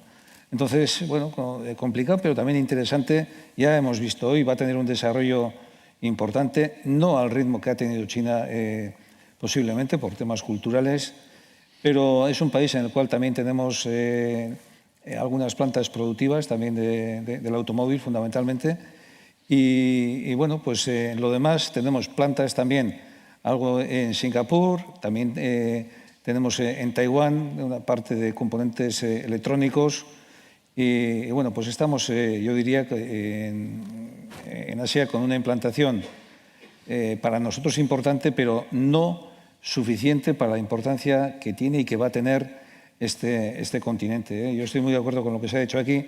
Lo que pasa es que también hay que tener en cuenta una cosa, y es como lo de aquel comercial que fue a un país subdesarrollado, no digo que estos lo sean, pero que vio a toda la gente descalza, él vendía zapatos y dijo que el mercado potencial era enorme. Sí, pero hay que estar cuando la gente puede comprar. Por lo tanto, hay países que todavía su evolución desde el punto de vista tecnológico pues no están pensando en asumir ciertas fabricaciones, lo harán, pero hay que también atemperar, digamos, esa creación de redes y esa apuesta a la evolución que tengan esos clientes para ser potenciales clientes de los productos que tenemos, que en general los productos que tenemos son del segmento alto en cuanto a nivel tecnológico y en cuanto a exigencia. Osondo, Íñigo, estabas hablando de pymes, además de que los mercados son diferentes, todo es Asia, pero cada uno es un mundo, sí, que en un momento se fue para producir más barato y traerlo aquí, pero que ahora el mundo ha cambiado. ¿Cómo abordáis vosotros desde vuestras pymes? Porque dentro del grupo también tenéis pymes. ¿Cuál es la estrategia y si puede ser extrapolable a otras pymes? Bueno, hay que destacar una cosa. Nosotros ya varias décadas que iniciamos el proceso de internacionalización, y hoy es el día en que del grupo industrial, habiendo actividades que son exclusivamente para poder ser hechas aquí, Sin embargo, las que son capaces de exportar hacen que el promedio nuestro se sitúe en un 71% de exportación.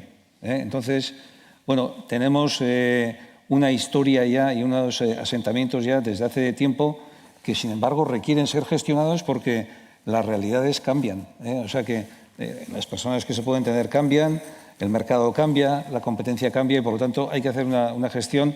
Pero allí donde está creada la red son fundamentalmente las cooperativas las que controlan sus recursos y las que manejan, digamos, lo que tienen allí, que está muy adecuado a su producto y a su mercado. Pero también hay una gestión, digamos, que se hace a nivel conjunto. Hoy es el día en que tenemos 3 delegaciones corporativas. Una está en China, otra está en India y la tercera está en Rusia. Antes tuvimos más, pero las cooperativas, a medida que fueron siendo más autónomas en la faceta de exportación, pues la necesidad de esas delegaciones corporativas bajó, ¿no? Entonces, seguimos manteniendo 3 y estamos trabajando fundamentalmente 2 líneas. Una que para nosotros es algo que está en nuestro ADN, que es la intercooperación, la puesta en común, no solamente donde hay delegaciones, sino allí donde las cooperativas demuestran interés en que quieren hacer algo distinto a lo que hoy en día hay y trabajamos de una manera conjunta. Y luego, bueno, pues aparte de la intercooperación, estamos trabajando también pues todo el tema de la diplomacia, tanto corporativa, con empresas, con corporaciones importantes de los países donde estamos y donde queremos estar, y luego también la diplomacia pues, a nivel institucional, pues buscando apoyos y buscando, digamos, las herramientas de penetración que requiere cada mercado. Eso es lo que estamos haciendo. Osondo, eskerrik asko. Sí. Francisco, nos has dicho antes algo que me ha llamado un poquito la atención y probablemente a nuestra audiencia también, y es que Gestamp ha llegado tarde a Asia. Si una empresa tan grande como vosotras, internacionalizada absolutamente, siente que ha llegado tarde, ¿cuál puede ser la situación a futuro? ¿Cómo lo estáis viendo, vuestro papel en ese ámbito futuro? Y si la parte que trabajáis con proveedores vascos puede también aprender de lo que vosotros habéis hecho allí y vuestra trayectoria. Bueno, es verdad que he dicho que empezamos tarde porque la verdad es que en un mercado como el automóvil nosotros tenemos que ser capaces, si queremos ser líderes mundiales, de tener un porcentaje de nuestra actividad allí equivalente a lo que supone en el peso del mundo. Es verdad que luego cuando lo analizas en detalle te das cuenta que los números son demasiado fríos, ¿no? Y que seguramente hay algunos nichos en mercados asiáticos que no son muy bien, no van a ser muy bien cubiertos por empresas como la nuestra, ¿no? Que nuestro desarrollo se basa mucho en la tecnología, pero siempre puede haber nichos donde se basan solamente en low cost y seguramente ahí esa parte del mercado no sea representativo para compañías como nosotros, ¿no? Pero dicho eso, sí, estoy absolutamente convencido que vamos tarde y que además, haciendo un poco de autocrítica en general en nuestra empresa y seguramente en muchas empresas europeas, tratamos de aplicar y tratamos de desarrollarnos en esos mercados con una mentalidad europea. Evidentemente, el centro de gravedad ha cambiado y hay que ponerse allí y pensar como piensan allí para realmente ser capaces de triunfar allí. Y a veces tratamos de hacer cosas muy sofisticadas en nuestros centros de I+D aquí en Europa y realmente muchas de las cosas que tenemos que hacer es desarrollarlas allí. Luego creo que es muy importante en ese sentido mantener nuestros centros de conocimiento básico aquí, pero también es muy importante contar con centros de aplicación, de ingeniería allí, para tratar de adecuarnos y diseñar lo que hace falta para cada uno de los mercados, ¿no? Pero si nos vamos, por ejemplo, a los mensajes hacia nuestros proveedores, hacia allá, hacia Asia, yo diría que, en principio, mi mensaje es de prudencia, ¿no? Porque, evidentemente, yo puedo animar, pero toda capacidad que tenga yo de animar significa asumir una responsabilidad, ¿no? Y eso es importante, ¿no? ¿Qué es lo que yo le pediría a cualquier proveedor? Yo creo que para venir a Asia o para no Asia, yo creo que tenemos que ser capaces de cumplir con lo básico. Es decir, un proveedor, como nosotros nos exigen nuestros clientes, tiene que tener un binomio o tiene que ser capaz de cumplir ese punto de precio, coste, calidad y servicio. Pero cada vez más, y sobre todo si queremos apostar en China de una manera más estratégica, tienen que ser capaces de desarrollarse un poco más en el ámbito de I+D para ser capaces un poquito más de hacer codesarrollo con nosotros y quitarnos una parte de ese esfuerzo de I+D, y también acompañarnos globalmente de una manera sólida. Y, por supuesto, lo que ahora es fundamental, ser capaces de cumplir todos y cada uno de los requisitos que demanda hoy en día la sociedad y que englobamos dentro del mundo de ESG. No solamente los temas medioambientales, sino, por supuesto, todos los temas de derechos humanos, todos los temas de la ESG y todos los temas de un governance adecuado.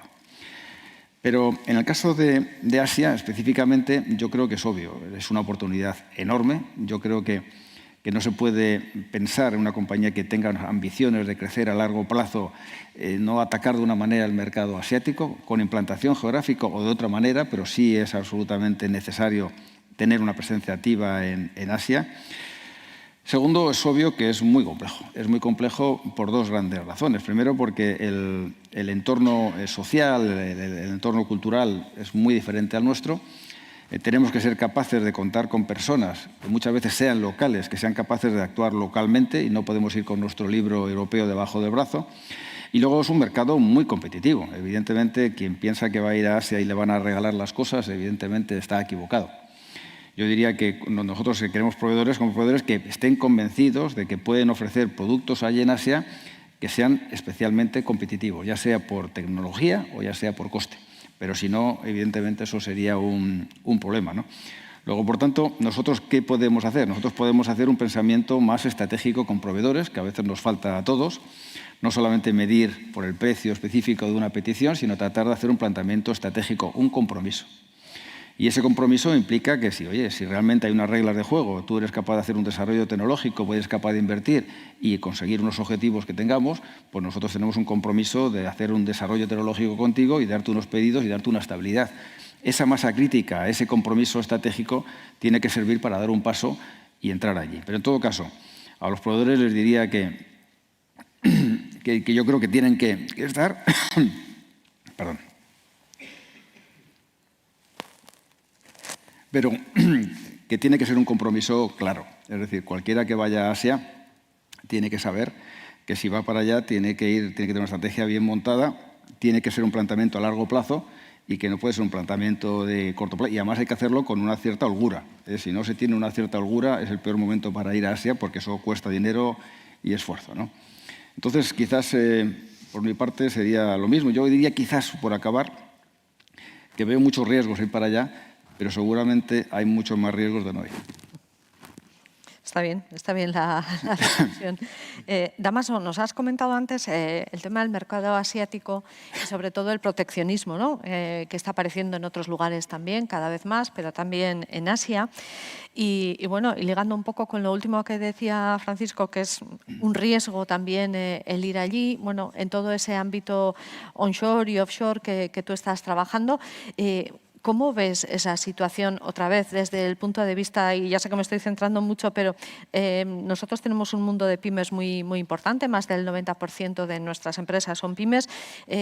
¿Cómo lo ves para ellas, ¿no? ¿Cómo se deberían preparar? Yo creo que también es importante que si toman esa decisión de ir a Asia, bueno, tienen que estar pensando en otro tipo de aspectos o en todos aquellos que puedan ser relevantes para su actividad futura.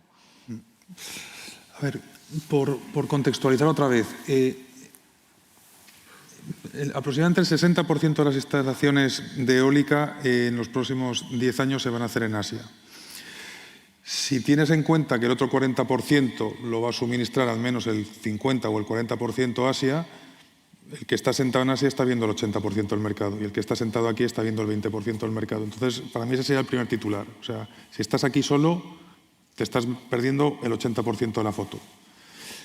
En el onshore. En el offshore, como os decía antes, el 70% de la foto está aquí y se va a mover hasta el 50% en el 2030. A ISEA le pasa un poco lo que ha dicho antes Paco, pues que hemos llegado tarde al onshore. O sea, nosotros al final tenemos una vida de 6 años y en 6 años hemos conseguido lo que hemos conseguido, que es una posición muy fuerte en Europa y en Europa en el offshore. En offshore pues, vamos a hacer los 3 grandes proyectos de Francia, los 3 grandes proyectos de UK y hemos hecho proyectos para Taiwán en este tiempo, ¿no? Pero nosotros somos un proveedor con vocación global y con vocación de estar en el onshore y en el offshore. Entonces, yendo a qué hacer en el onshore, que vale para nosotros y vale para la pyme vasca. Aquí, por dar otro punto de contexto, cuando yo hablaba con Vestas sobre la cadena de suministro que tenían en Euskadi, me decían que tenían 3.000 proveedores en Euskadi. 3.000. Y yo me quedé sorprendidísimo. Y bueno, ¿y esto cómo puede ser? Bueno, pues es. Y desde esos 3.000 proveedores que hoy sirven a Vestas a Dinamarca, ¿cuánto de esa producción va a ir a Asia? Pues me imagino que va a ir yendo pues, paulatinamente, si no ha ido ya, ¿no? Esta era una reflexión que me hacían hace 3 años, ¿no? Entonces, para ir a Asia, para mí hay dos sitios donde hay que estar en Asia en el eólico, ¿no? Uno es China y otro es India.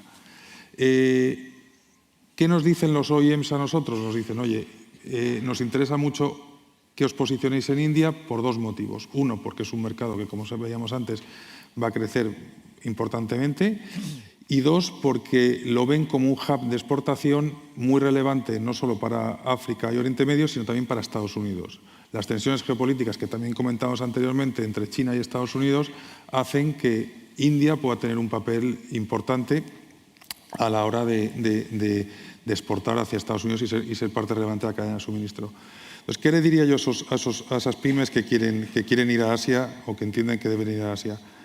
Primero, que si tienen contacto con el OEM, pues que primero que vayan de la mano del OEM, que no vayan solos, que no vayan por una decisión autónoma de quiero estar en Asia y me voy a Asia. No, habla con el OEM y entiende dónde tiene una necesidad.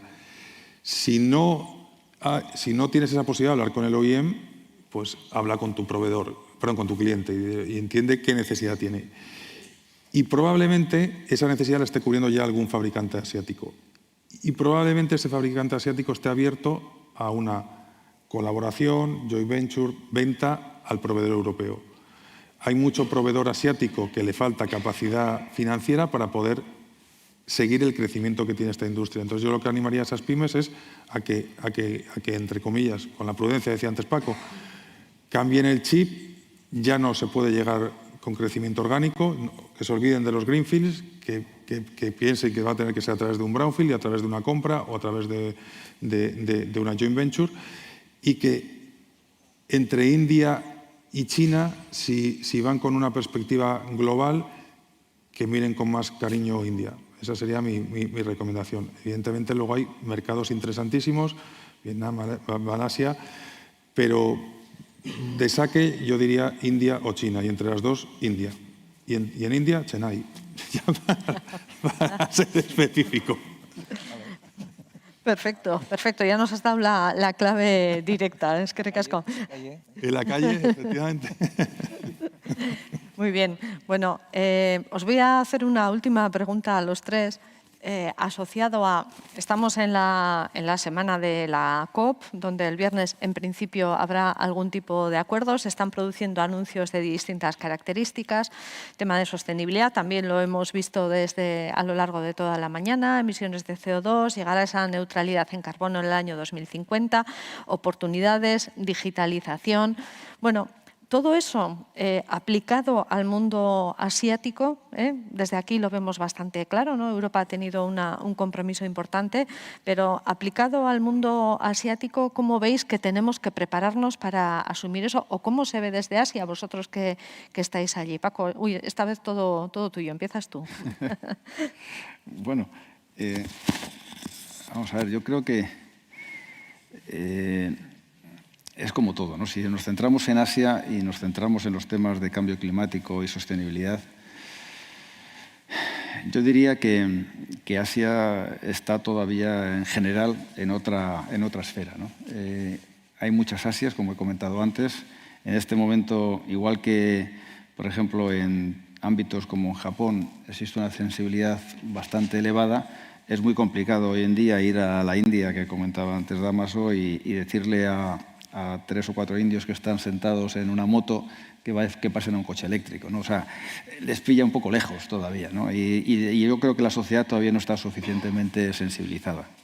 De todas maneras, yo creo que es una reflexión que nos hacemos muchos, en general, con Asia, pero sobre todo pensando en Europa, ¿no? Es decir, yo creo que Europa está haciendo bien en coger el liderazgo mundial en los temas de sostenibilidad, creo que es correcto, pero también es correcto que lo hagamos defendiendo nuestros intereses de una manera más clara, ¿no? Y cuando estamos hablando de lo que ha pasado en Glasgow, pues claramente nos damos cuenta que existe una voluntad decidida de mucha gente.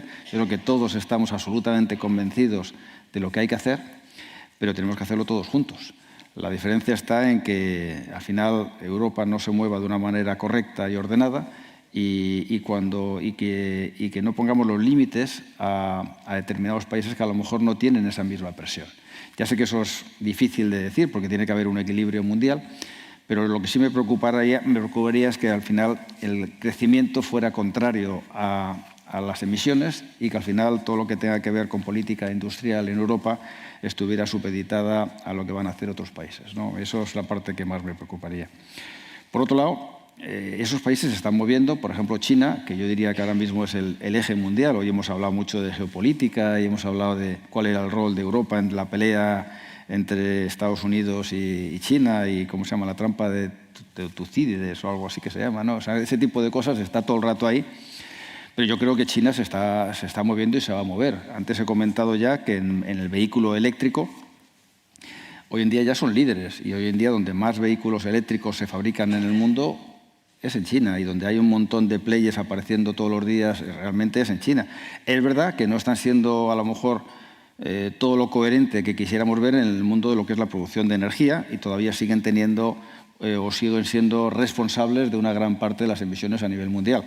Pero también es verdad que existe un plan y que no sé este plan exactamente cómo se va a articular y posiblemente veremos a China invirtiendo mucho, puesto que necesitan recuperar ese punto de reputación mundial para ser líderes de una economía, como hemos visto, dentro de unos años, ¿no? No se puede jugar en esa línea. Luego, yo creo que desde el punto de vista de sostenibilidad, el mundo que sí me gustaría, el mensaje que sí me gustaría lanzar es el mensaje de decir, oye, Europa que lidere, que está bien, que no solamente son costes, que puede haber oportunidades, pero que no seamos inocentes y no pongamos en peligro a todo lo que es la industria europea.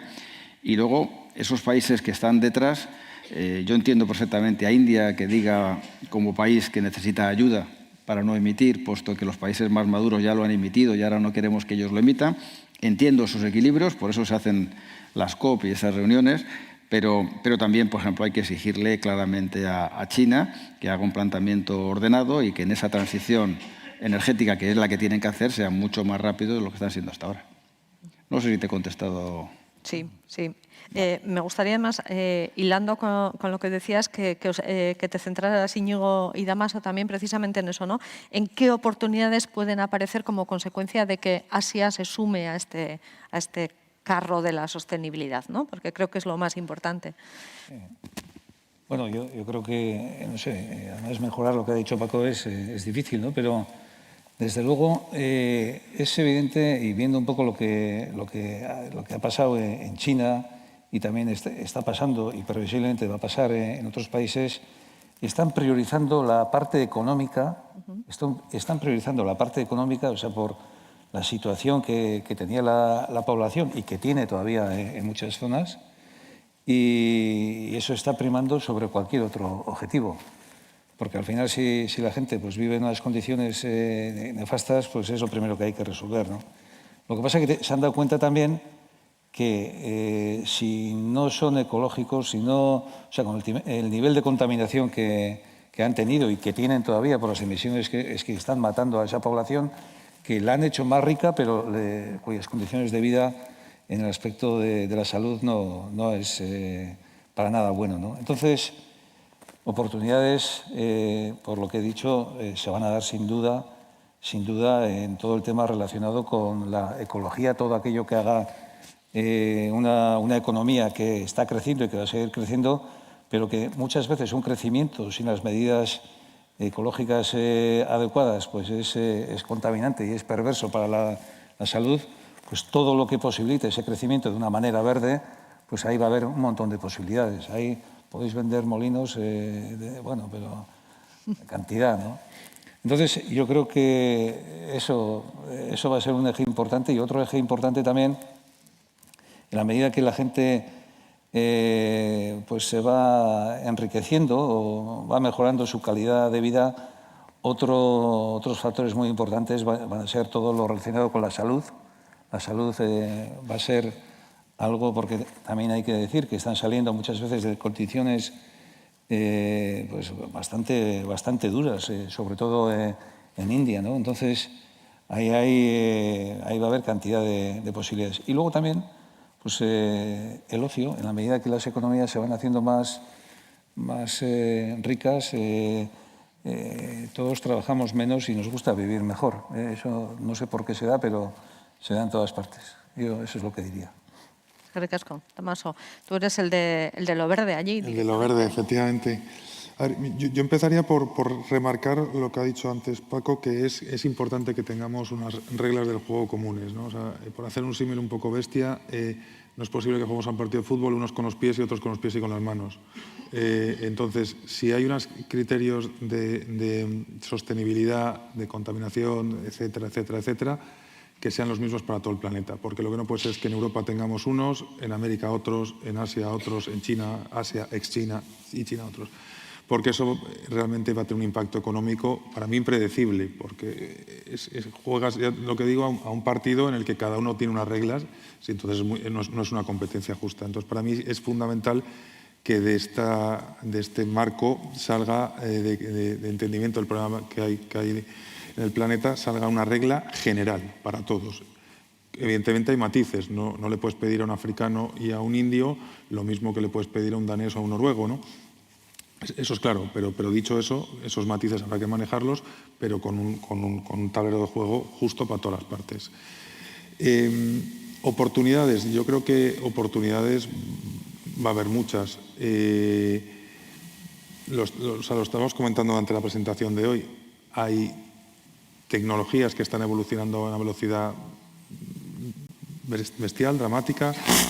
Hay nuevos nichos de mercado que están apareciendo. O sea, ¿quién iba a pensar hace 10 años pues, todos los servicios, por ejemplo, que hay ahora mismo offshore, tanto de instalación como de mantenimiento?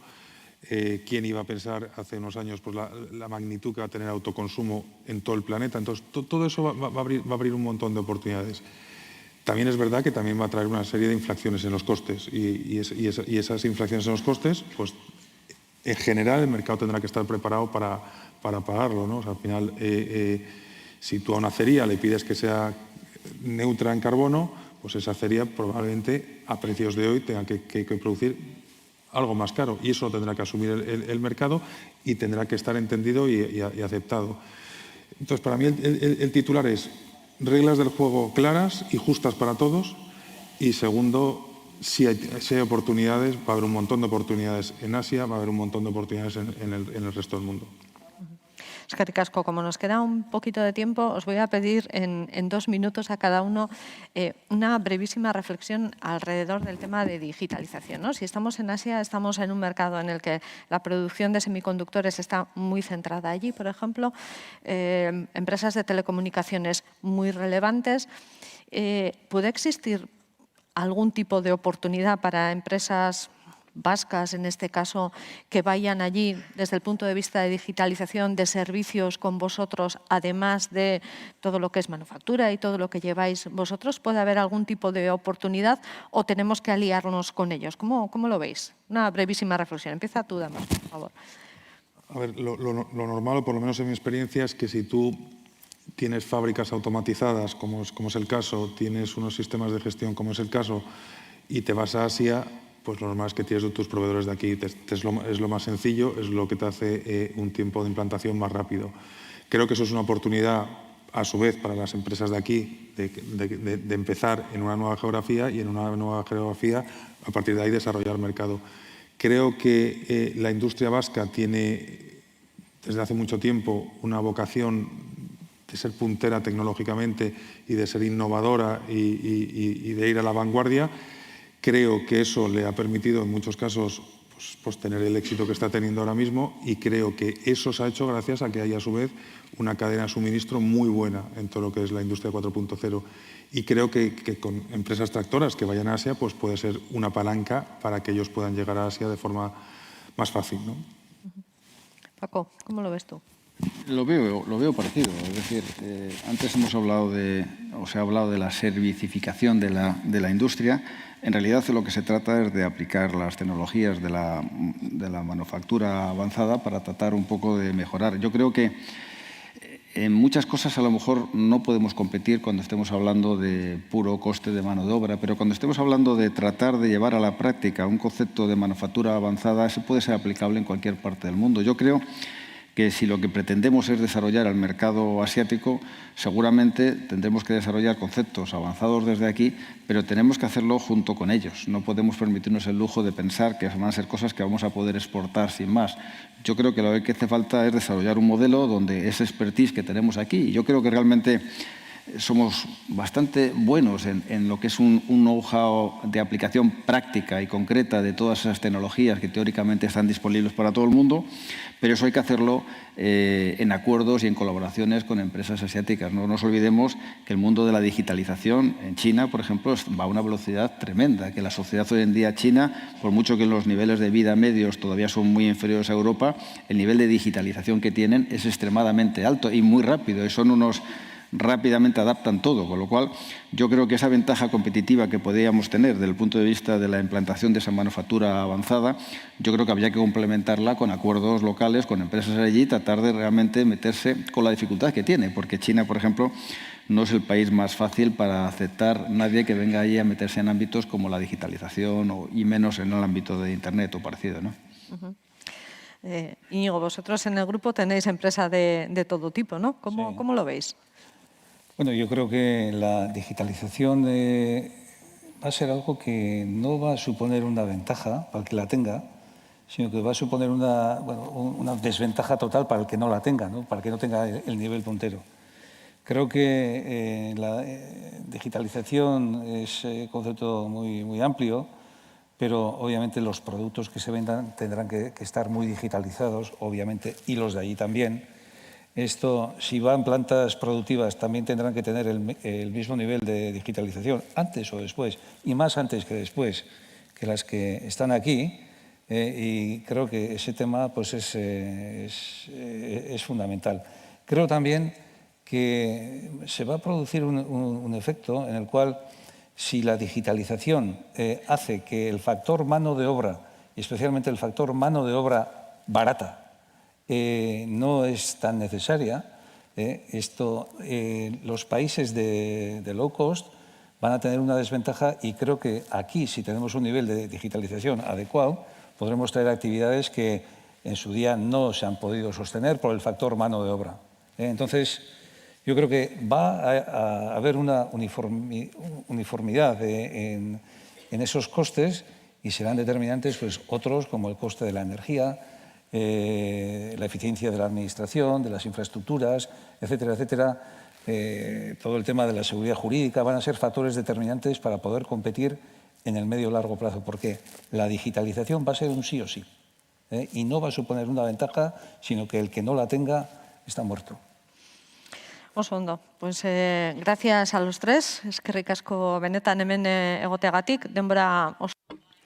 Muchísimas gracias por todas vuestras aportaciones. Estamos cumpliendo con el tiempo previsto. Sigue ahora castellano para cerrar la mañana. Permanecemos aquí para no perturbar mucho más, y muchísimas gracias a todos y a todas por estar aquí con nosotros. Espera. Eskerrik asko, Madam Minister Arantxa. Muchísimas gracias, señora consejera Arantxa Tapia. Thank you. Muchas gracias a los panelistas, a los demás oradores y evidentemente a ustedes, al público por venir aquí y estar conectados online. Mundura Begira 2021, un repaso de hacia dónde se dirige el mundo. Yo sé que voy a salir de aquí con muchísima información. Yo no sé si da la impresión, pero bueno, mi cabeza está explotando con tanto material tan interesante. Y yo espero que sus cabezas no estén explotando, pero espero que se marchen de aquí con mucho valor en sus cabezas. Muchísimas gracias y adiós desde Bilbao. Eskerrik asko, agur.